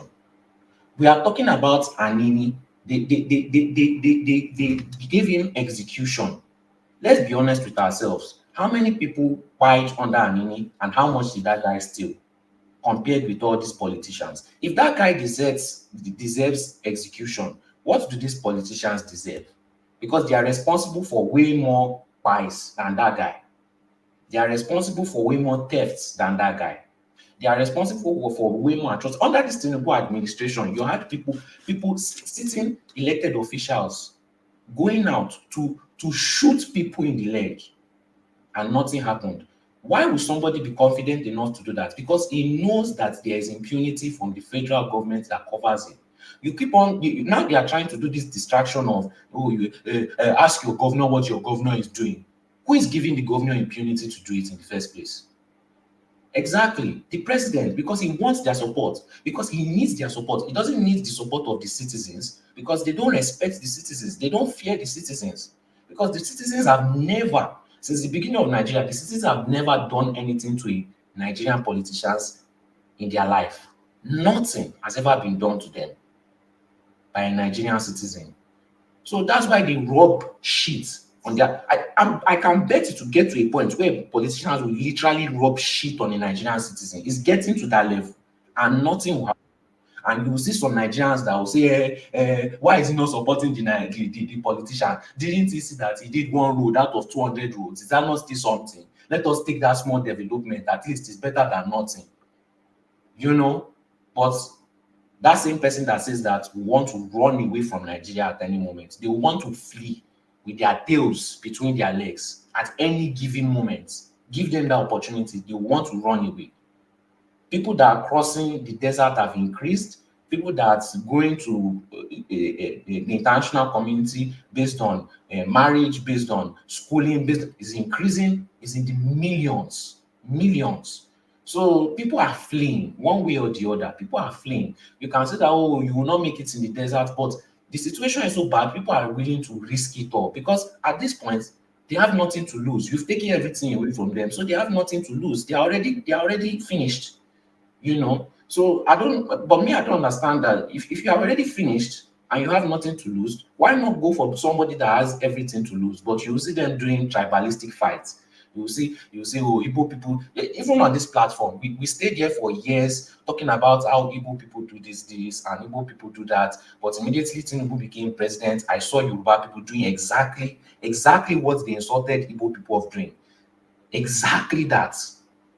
So it's just a bunch of hypocrisy. That's why if anybody says, oh, Igbo people do this, I will not want to participate because Yoruba people can do the same, but even worse. Hausa people can do the same, but even worse. I don't want to interact with all that kind of nonsense distraction. It's not an Igbo man that make people live in UK, America, Australia, New Zealand, Europe. It's not an Hausa man that caused it. It's your politicians. And they are all from different tribes of the country, and they all work together to make you suffer and make us. Look at me now. I want to make investments as a Nigerian. I'll prefer to take my money to Nigeria to invest, but can I? Is there security in my investments? Is there insurance? Is there safety in my life and my investment? I have to be forced to invest in a country that is not mine. Now, what space do you leave for me in terms of my relationship? I'm surrounded by white people. So based on statistics, I'm most likely going to marry a white person and give birth to an half caste. That half caste is most likely going to marry another white person, and all the investments that I've worked for is going back into the white community. All my hard work is going back into the white community. So what's the point of doing all that? You're more likely to marry a white person. Based on statistics, if we look at statistics, if you are surrounded by those people in your community, what else would you get? So I'm just going based on statistics. And that is the same situation for most Nigerians. Do you know the amount of millions of Nigerians that would have invested in that country and made the country better? Millions. We're talking about almost 10 million or 20 million Nigerians that could have invested in that country. But where are the investments abroad? Just because few people want to make it, you know, you say you want investments, but you are pushing the investors away because you want to steal. Because it's more palatable and it's more easier for you to steal. You know, so poor educational system, we were having these arguments that, oh, the Northerners don't want to go to school. Build them school in the first place. You say Nigerians are criminals. Put a working system there first. Because when Nigerians leave Nigeria, if Nigerians are really criminals, all Nigerians abroad will be in jail. But they are not. They are in a working system and they are thriving. Give them a working system first and let us see if they will continue to be criminals. That is it. You don't want to build school because you are chopping all the money. It doesn't take a lot to build school.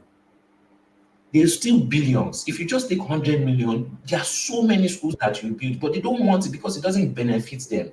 Because they benefit from people being stupid. Because stupid people are the ones that will defend them. Even though some of them go to school, some of them have degrees. You said you read the Bible from cover to cover. Mm-hmm. How much time did you spend on the Book of Lamentation? I don't understand the question. Don't worry, I think others do. Bring it home. Are you trying to say I'm lamenting? But do you think you are? I believe I am. Yeah. So yes, but there's a necessity for this lamentation because Nigerians do not understand pure evil.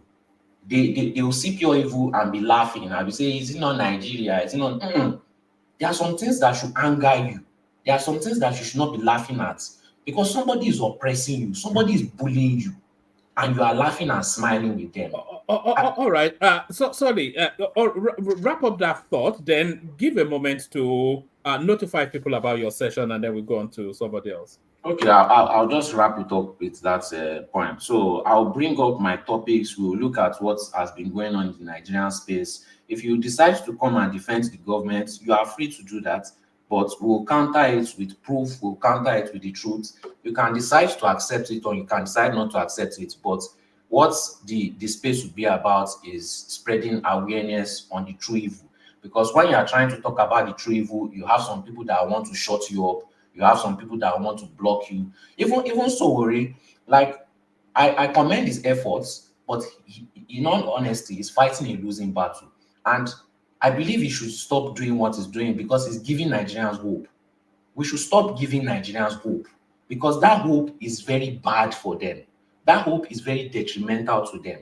They need to see the reality. Years ago, we looked at the analysis on the happiness rate of Nigerians and we saw that it was going down. And I said it's a good thing because that shows that Nigerians are beginning to have their eyes open. They are beginning to see the reality. They are beginning to see the truth in their pastors. They are beginning to see the reality in their politicians. Fuel price is still going to go up. Dollar rate is still going to go up. More suffering is still going to happen. You see the amount of people that were supporting TINUBU at the beginning of the administration. Now that they are hungry, now that they are suffering, they are beginning to, pride and ego is beginning to settle down because the hunger is pushing reality into their front. Some of the people that are still outside Nigeria, they are still, trying to give Nigeria hope, but they will never back up their actions with what they are saying. They will never go back to Nigeria to live there.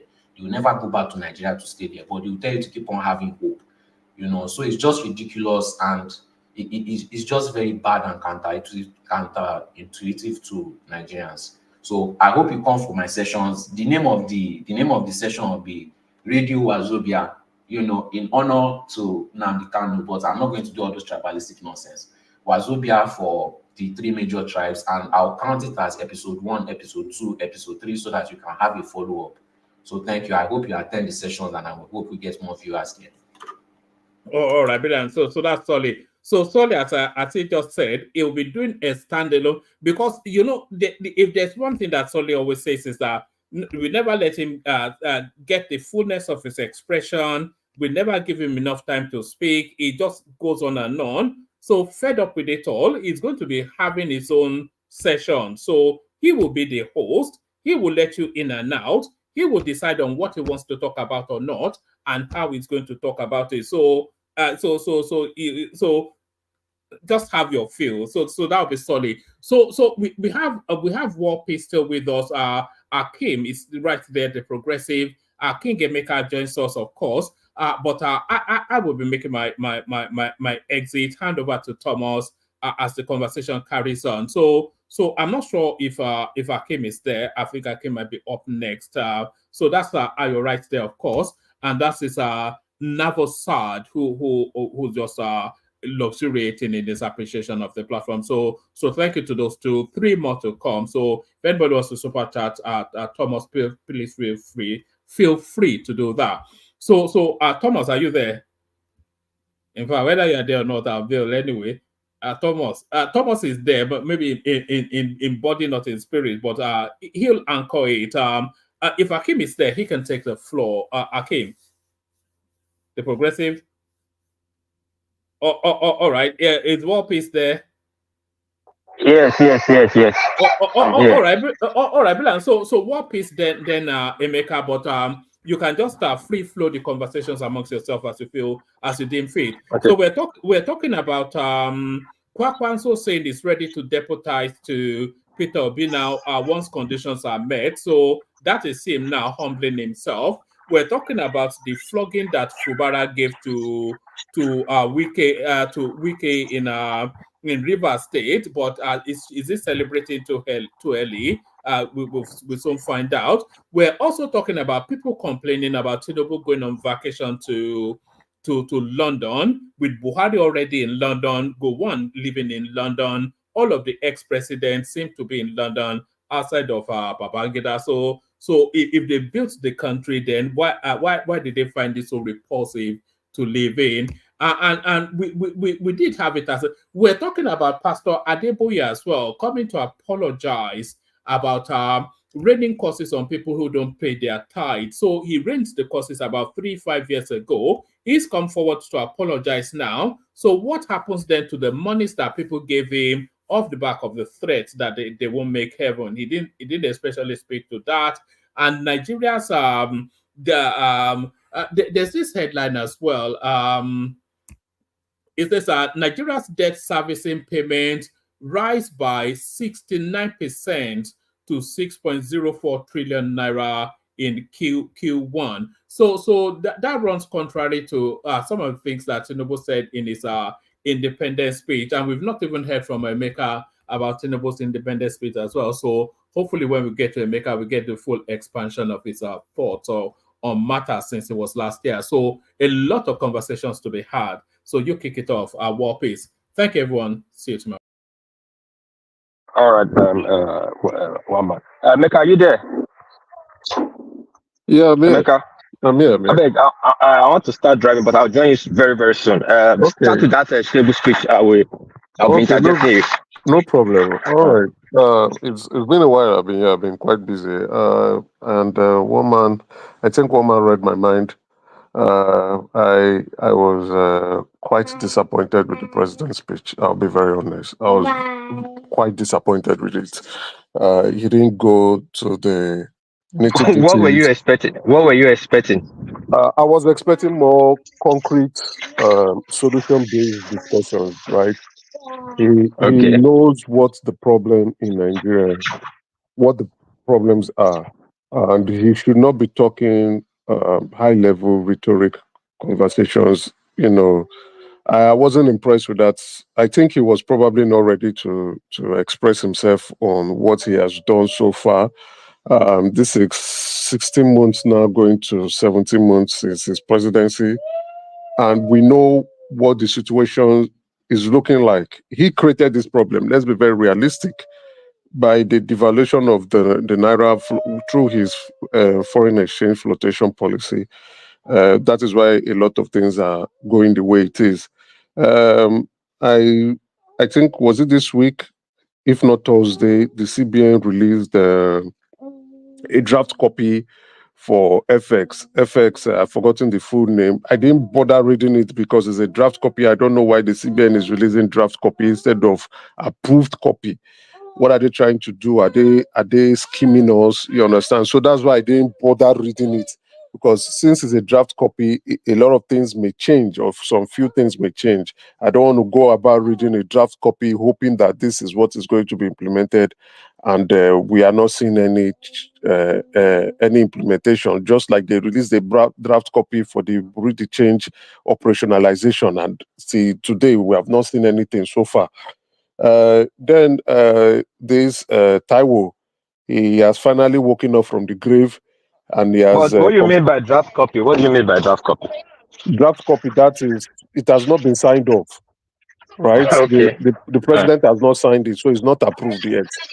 So it's still draft, yes, which means the president may look at it, or they might want to change some few things, right? So since it's draft copy, then I was like, there's no need reading this stuff. If it's approved, then let's wait for the implementation. It's not for them to implement.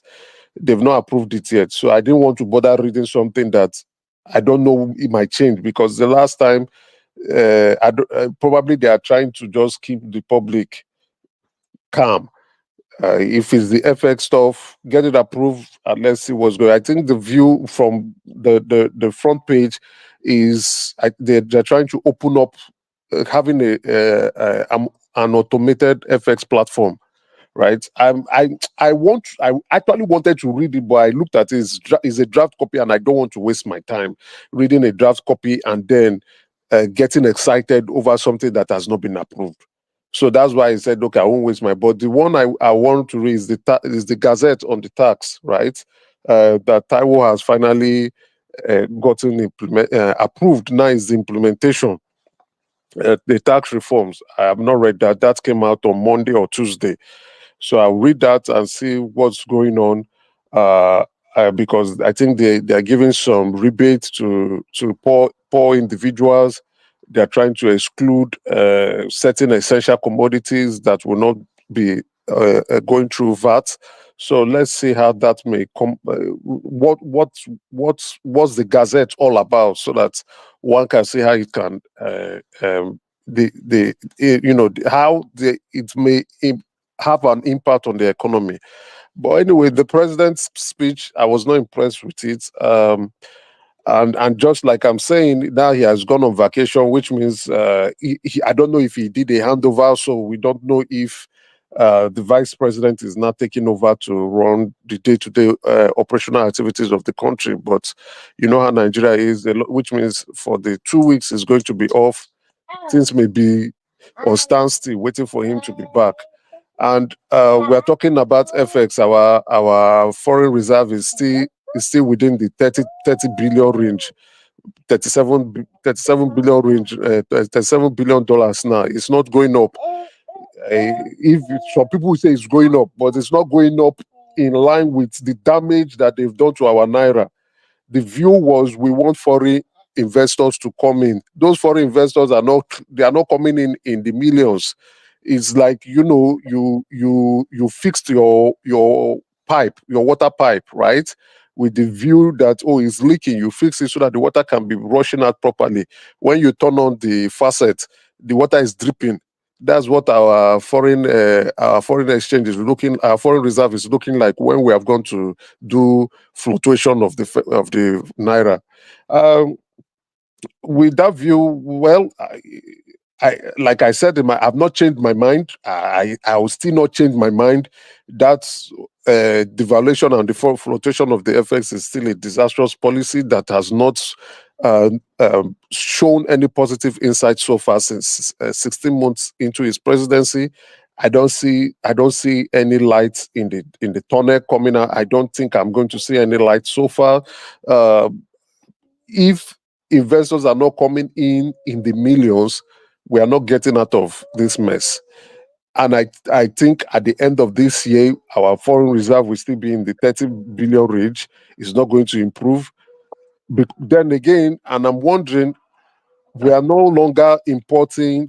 Our demand for refined, that is for PMS, has gone down remarkably, but it's not taking any. There's no implication, whether positive, whether in short is negative on our FX. We are not seeing the naira gaining substantially based on the reduction in importation of PMS into the country. They are now making excuses that travels. I don't see a lot of Nigerians traveling out. The travels have really gone down. A lot of people are not traveling like they used to do because there's an negative economic impact into their pocket. The cost of living has really gone up. There are also food prices is still high. Let the president do something about that. That's my view. I think we are currently in the fourth quarter now. This is October, November, December. This fourth quarter now. Almost at the end of October, MDAs and ministries and commissions will be reviewed. The Minister of Budget Allocation will be telling them to prepare their budget. They will not prepare another budget again for 2025. So, which means so far for this year, 2024, there's no economic improvement at all in the lives of Nigeria. But just to jump on what Solly is saying, I think there have been some improvement in security. If we are going to compare, security has quite improved a bit. We don't open the pages of newspaper and see people being kidnapped, people being... Anita, are you thinking they are hiding those things? Maybe it's happening. No. Maybe the news is not capturing it anymore. No. You can't hide these kind of situations, right? There will always be victims. The victims will cry out. So you can't hide when people are being kidnapped or people are being killed. But the obedience say they are hiding it. They are not the letting obedience the can keep media. saying. The obedience can continue to say what they want to say. I think at that point, I don't know why people are listening to them. Those individuals or group of individuals, they've run out of their relevance. They are losers. The consistencies of their losses out there in the open. The evidence is there in the pudding. They are not individuals whose comments, remarks, statements should be taken seriously. So they can continue to talk in their bubbles and let the people face the reality of situations. I think insecurity has improved. Yes, more work needs to be done in the sense of eradicating it completely, but I think security has improved. And I also like what the National Security Advisor has done. Come and explain and communicate and tell Nigerians, yes, this is what we are doing. That's the way ministers and government officials should behave. So it has electricity too has improved. Whether you are in band A or you are in band B, now is your choice. You now pick what you can afford. If you can't afford band A, you pick band B. If you can't afford band B, you pick band C.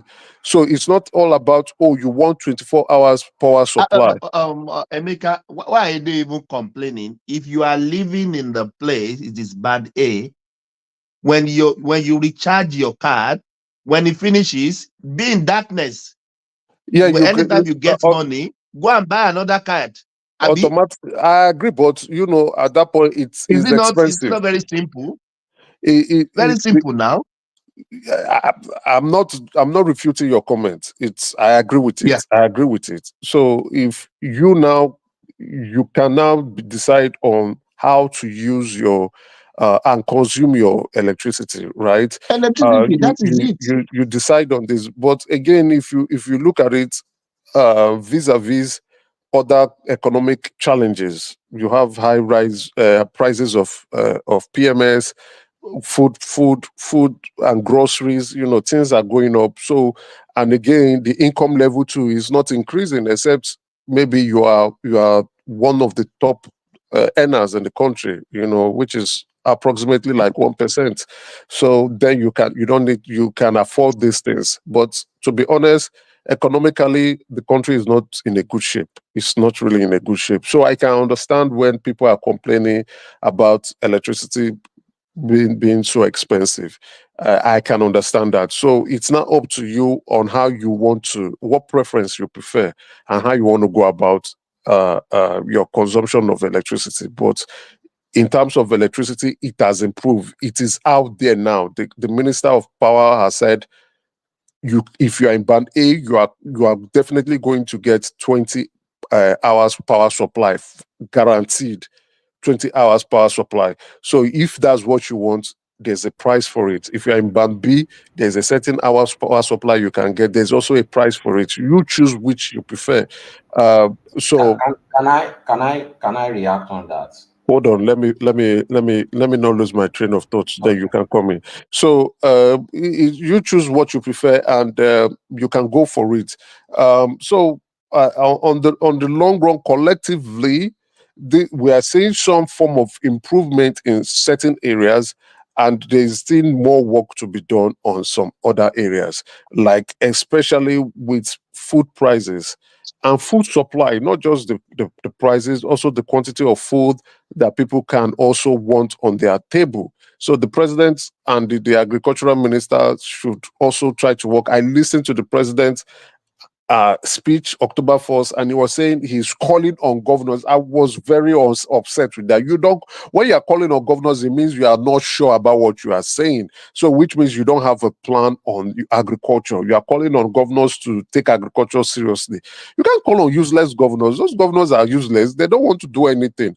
So you can't be calling on governors if you don't have a plan, which means there's no plan. So I looked at it and I said, this man, did he take this speech seriously, or he just woke up and they handed over something for him to read and he's just started reading it? And completely, it showed that there is no proper review of the situation at hand. It was not done properly. He didn't articulate what progress he has made and how these challenges can be resolved. That was not properly articulated. I completely just tuned off. And this year is a write-off. Next year, 2025, first 3 quarter, I think things are not going to look good. I stand by it. Things are not going to look good economically. But at the same time, we will not want so many challenges like insecurity coming up. So if this insecurity aspect of things are being resolved, yes, we can look at and say, yes, Nigeria is getting to a point where we are more secured. So the president is also looking at generating more revenue in the sense of what taxes, revenue into including other sectors like mining. So with this money coming in, what can be used? What are they going to use those money to do? So I'm also, I also want to question the president's vacation outside the country. That means you are dipping your hand into this foreign reserve that we are complaining about, and you are taking it to go to London to go and relax. Why don't you sit down? You know the challenges. You know the Naira is under serious, intense pressure. Why don't you stay back at home and spend locally for your vacation instead of traveling? I would expect.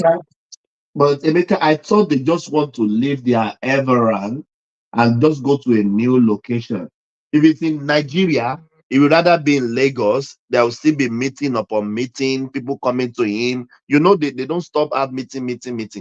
So just try to change your environment. It's just like hold on now, Emeka. It's just like you now.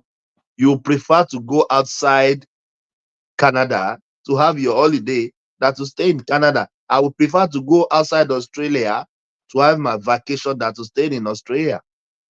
No, I'm not ruling that out, right? So it's not just the president has really traveled out of the country for quite a while. I'm probably in my this is my opinion. I might be wrong, but I think I might be right. Mostly on vacations. When he's going to France, he's probably going there to see his doctor. So, and that again is you taking money, foreign exchange out of the foreign reserve that we have. It's not about change of location. If the president is on vacation, he's on vacation. He does not want to see anybody. The president of the United States, I don't see him vacating outside the United States. He actually goes to even the air tackle they make up. Are we forgetting the plane crew? The crew of the plane, people is going exactly. Fuel for the jets. Exactly. That's another matter entirely. Parking space. Exactly. So that's another thing. I thank you, Baba. I would not want to compare the president with the president of United States that carries out his vacation in the United States. I would not want to do that. I think I'm wrong even citing that. But given the fact that we are all complaining about how bad our Naira is looking at, the Naira has lost 128% of value since the devaluation since that fluctuation policies. In 2023, when in June, in May 29th, when he took over office, the Naira in the black market was around 720. Currently now the Naira is 168 compared to the dollar. So that is a huge, a huge loss in value of the Naira. So you don't want to keep applying that unnecessary pressure. Do your vacation in Nigeria, go somewhere else and rest. You don't want to see anybody, you don't want to see anybody. Everybody must respect your private time. Take that time, stay out in nature, relax, enjoy yourself. Maybe if you want some medical attention, let your doctors come see you. Use that opportunity to think about what you intend to do for the country other than flying out, because you will take money out. The last NPR report, rather the last NPR meeting, one of the reasons the CBN governor gave was travels. He said there were travels during the summer. That's why our foreign reserve is going down. So if travels is now an important indicator that is making our foreign reserve to go down and not allowing our Naira to appreciate, why don't we cut down these travels? And I'll be expecting the next budget for 2025, the travel cost should come down remarkably, if not even zero. Travel costs, maybe costs traveling to countries for courses or traveling for any reasons, should be completely. What of the official traveling? Where are they traveling to? What have those travel done for the country? Where are they traveling to? But you know they have to go to all those trips now. You know that. You know. See, so that's why I say those travels should be, the travel cost should be reduced. It should not be essential travels. Those are travels that will come with value, not travels that you just don't know you don't see any impact. Look at the Minister of Trade. I complained about that woman bitterly. How many new trade has come into the country? How many new trade she has brought into the country? I can't see any significant one. She's not even communicating. She has not even told Nigerians her plans. So truly, and now we are hearing the president wants to reshuffle his cabinet. He has told us this when we are not seeing the plans, we are not seeing any, which means they are not ready for proper governance. Let's be honest and call a spade a spade. If we want to mark this president, so far the president economically, he's owing us some grade that he didn't pass, that we need to take those grades and go to other areas. So the president is failing woefully in his economic policies. And yet, this is the same president that said he wants to expand the economy. So when I said that I do not truly believe on his economic plan, I stand by it, and I'm still standing on it, that the president's economic plan is not looking good. I think he does not know what he's doing. And I think before he knows it, 4 years is gone, and he has done nothing. So he created this problem. Let's be very realistic. It's not a problem that just came out of the blues, like some insecurity challenges that you can say, or like the dam busting and there's flood everywhere. You can give him some excuses. All you just have to look at is, okay, how are they trying to manage the situation? How are they trying to solve the problem? But he created the problem. This is a problem he created by himself, and a lot of Nigerians are suffering from it, yet they are not solving this problem. All the excuses they've done, everything is not working. So I at this point, I looked at it, I've been speaking, I've been saying, okay, there's hope, there's hope, there's hope. I don't think there's hope anymore in my viewpoint, because I completely gave up. When I listened, I just like, this is nonsense. Let's see. That's why I didn't bother reading that CBN FX draft copy. Why my head is saying, just try to, what am I reading out of here? What have they really done? What has Cardoso really done to improve things?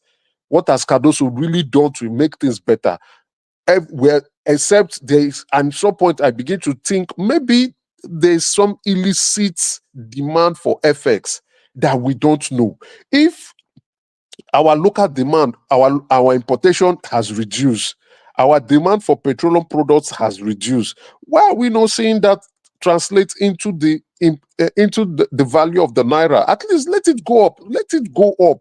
If it's 2 naira or 10 naira, let it go up. We are not seeing it. We are just seeing it devalue. So what is taking the money out of the reserve?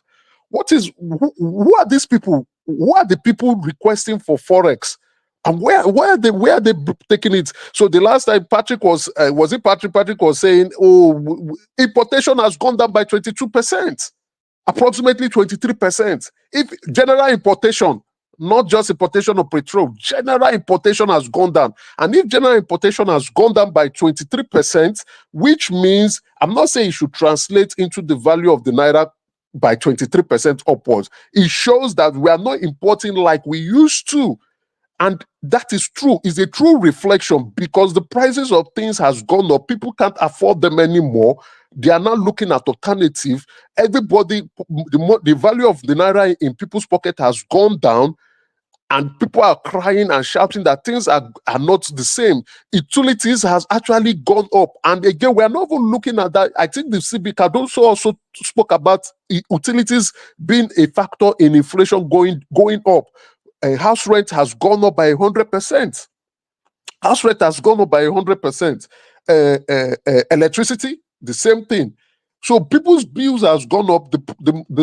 Their income is not going up in the same light. So things are getting so bad. And that is why when you import and people are not buying your product, why will you go and import again? So since we are not importing like we used to do in the past, why is the naira not appreciating? Maybe 10 naira, go up. Appreciate. It's not appreciating, it's devaluing. So who is taking the value? Who is ordering for the value? Who is ordering for dollars? What are they doing it? Except there's illicit FX demand for illicit trades, and it's possible. It's possible that we are not accounting for. It's possible. So that I looked at it. I said the math is not mathing. But some people will say what other factors again? Which factor? Tell me those factors. Name the factor. Except it's invisible that we can't see, and if we can't see it, we need to know. So economically, and economics is the paramount thing in every society. If people can't afford their day-to-day living expenses, if people can't eat, if people can't do the things that they want to do with their money, whatever you are telling them won't make sense. The roads you are even building won't make sense. The security you are even providing itself might not make sense because people can't eat. Job creation, where are the job creation? So I have completely written up this year. Let's see how next year is going to look like. I will look at the budget next year because by October ending, they'll start doing their budget. They are left with 1 month, then they send it to the Senate by December. So I will start looking at the budget and see, okay, is there any change? Are things going to improve? If things are not going to improve, I will write out 2025.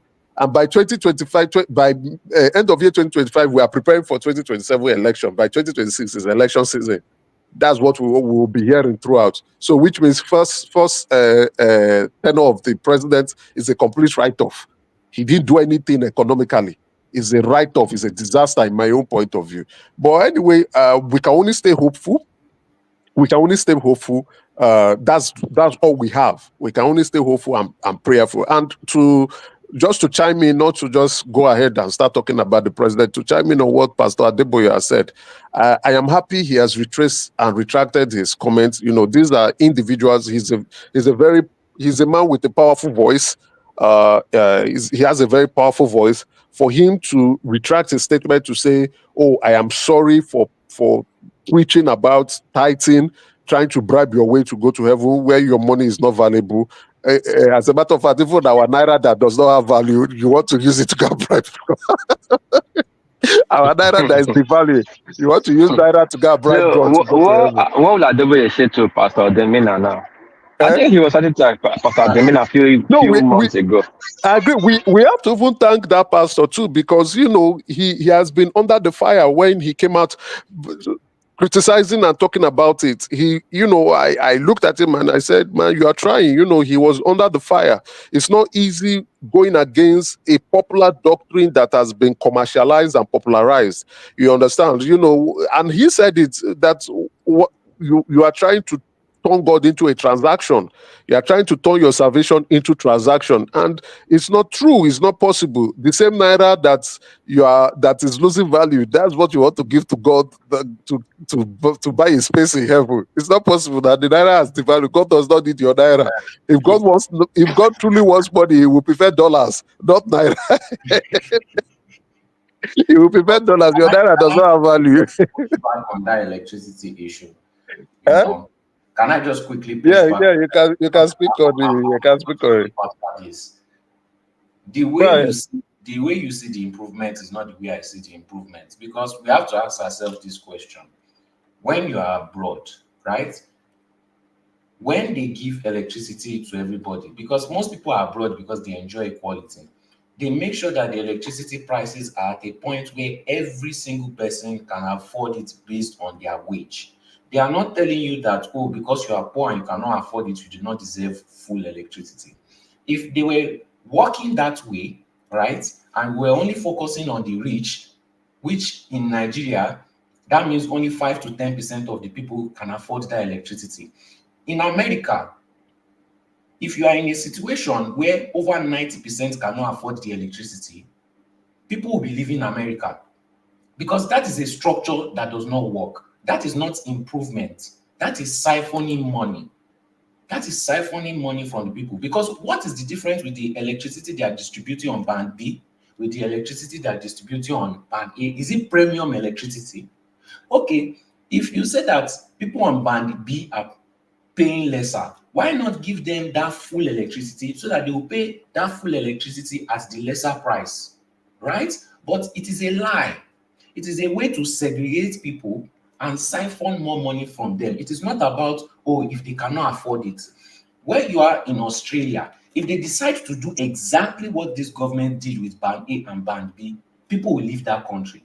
Whether it is the UK, whether it is Europe, whether it is America, because it is not an improvement. You are twisting the arms of people with things that you know that they deserve. If you know you want to do Band A, Band B, you put it at a point where it reaches the affordability of everyone. Then you give them the choice to join or not join. That is equality. We all live abroad because we enjoy equality, not segregation. That is not an improvement in my eyes. Yes, they may distribute more electricity, but the only reason why they are distributing it is to siphon money from people and make other people suffer. So so as a poor man, are you saying I don't deserve full electricity? But if I go abroad as a poor man, I deserve full electricity? That is not improvement, in my opinion. That's Okay, just sorry. You see, your comments, right? Some part of your comment makes you make some valuable sense. I agree. If you're trying to sell a product, you must consider affordability, right? Or you might want to sell to a closed niche, which means you are using price differentiation. So electricity is an essential commodity, especially if the government is making it as part of their campaign promises. So I would say rather it is the unit cost of power. And then with Band B, it is the availability, the number of hours it can be available. And but I see that Kene is here. Kene can give us more insights because they are the ones in Nigeria consuming the power. So in this respect, what I know the Minister of Power has said is that a lot of, especially the discos, right, the distribution company are complaining that they are not profitable when they are making this power affordable, available to end consumers. So we must look at a way, and these discos are private companies. So, and we all know that private companies exist mainly to make profit so that they can continue to stay in business. I'm not saying that how can they not look into things to make it affordable, but again, they must look at their operations and see what they can do. Maybe with time, if the things begins to open up, the possibility of the prices may come down, right? The possibility of the prices may come down. Nigerians are screaming for 24 hours power supply. Nigerians did not scream of the price yet. So they want the power supply to be available. So if the power supply is available, and then now the question will not be on affordability. So I'll be looking at ways that these people can and look at the affordability, maybe from the discos when they are buying the power from the power generating companies. They can look for how that can work out, because it will make no sense to them too. If the power is there and people cannot afford it, then of course they can't stay in business anymore because people can't afford it. Nigerians must be able to afford the power that is being generated for them. So if the affordability is there, yes, it's all good. But at the same time, what we can say now is that there's at least guaranteed 20 hours power supply. It's now up to you if you can afford it. If you can't afford it, there's an alternative. It's still up to you if you can afford it. So the time of power is not available, I think we are slowly beginning to leave that era where we say we cannot attest to the availability of power at a specific time. So it's now the affordability that we are now talking about. So that conversation will come in when power is now available all round, all day, all season. If it's not available all round, all day, all season, we cannot begin to talk about the situation of affordability. How can Nigerians afford the power that is available? What can be done? Yes, in that situation, I think the government may want to look at things. There are certain ways they can go about it, maybe tax cuts, or probably some form of subsidies to the power producers, power generating company, as well as the discos, whatever they want to do, so that Nigerians can be able to afford the power itself. Or maybe due to competition, if there can be alternative power supply coming in. But who knows? But anyway, we cannot now say it has not improved. No, coming from where, if we are doing some form of comparison, that's what I was trying to address. If we want to compare, now we can say that there is power improvement in Nigeria. It's the affordability part is a different discussion, but there's power improvement in Nigeria. And hopefully with time, this was a minister we were criticizing that we said he doesn't know what he was doing. I called the minister out. But at this point in time, I think I'm beginning to see some positive light. I'm beginning to see some a positive direction with what he's doing. Hopefully things can improve, hopefully with affordability. But is power supply in Nigeria, has it taken a positive change of things? Yes, it is. It has. So we are now moving towards an era where we can have constant power supply. Then once that is available 24 hours all day, whether anything is there for you, then we can talk about affordability.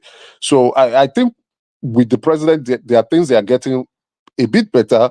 There are still areas that they need to work on.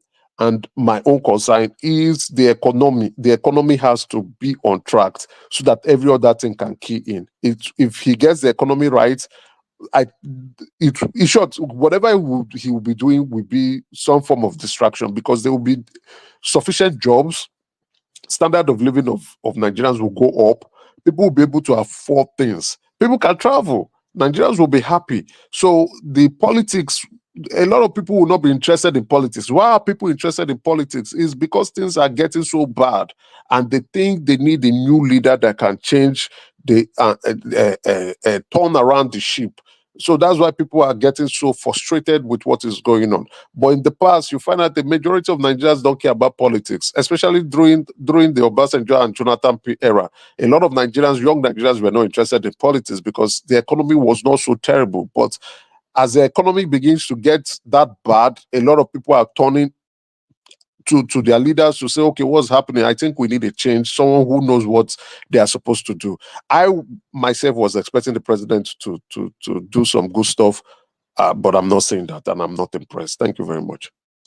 Well, this is the kind of hope that I said that we should stop giving Nigerians, because in the history of Nigeria, I've never seen anything that was expensive and became affordable.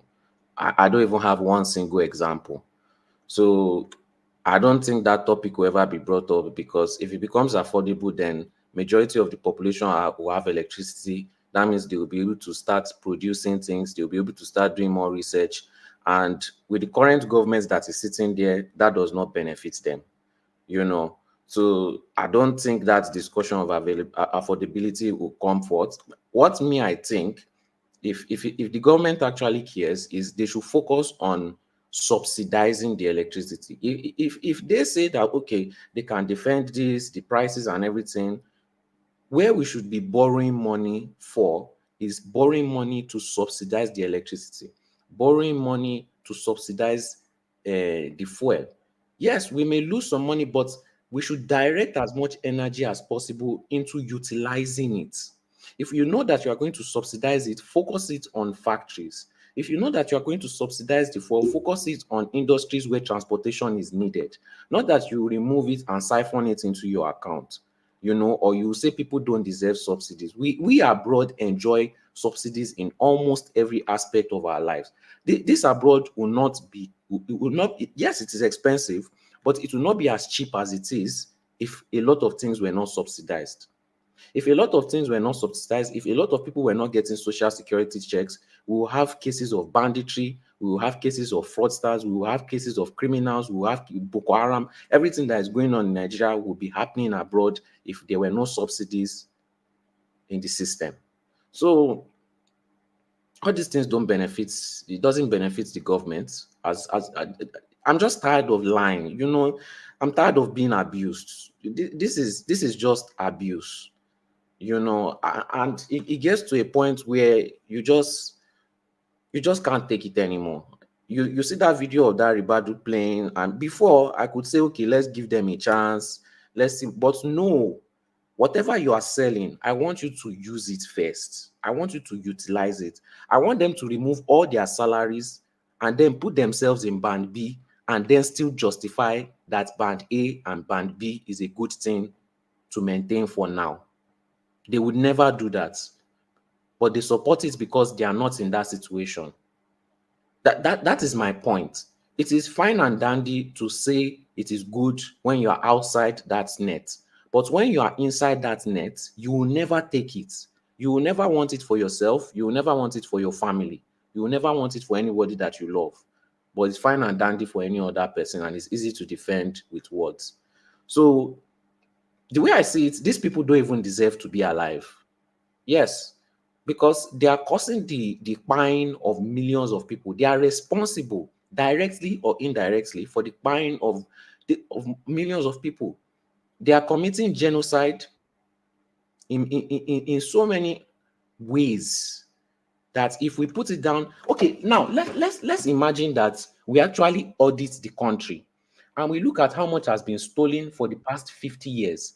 How much do you think Nigeria will have right now? If we actually do proper auditing, if we actually sit down, create a book and write every single thing down, do you think we will need loans? Obviously, we will be able to afford every single subsidy that we are avoiding, even if we have leakages. So these people deserve they deserve fine. There's no oh, we arrest them with FCC, we arrest them with no. They are committing treason on a daily basis. And what is the aftermath of treason in Nigeria?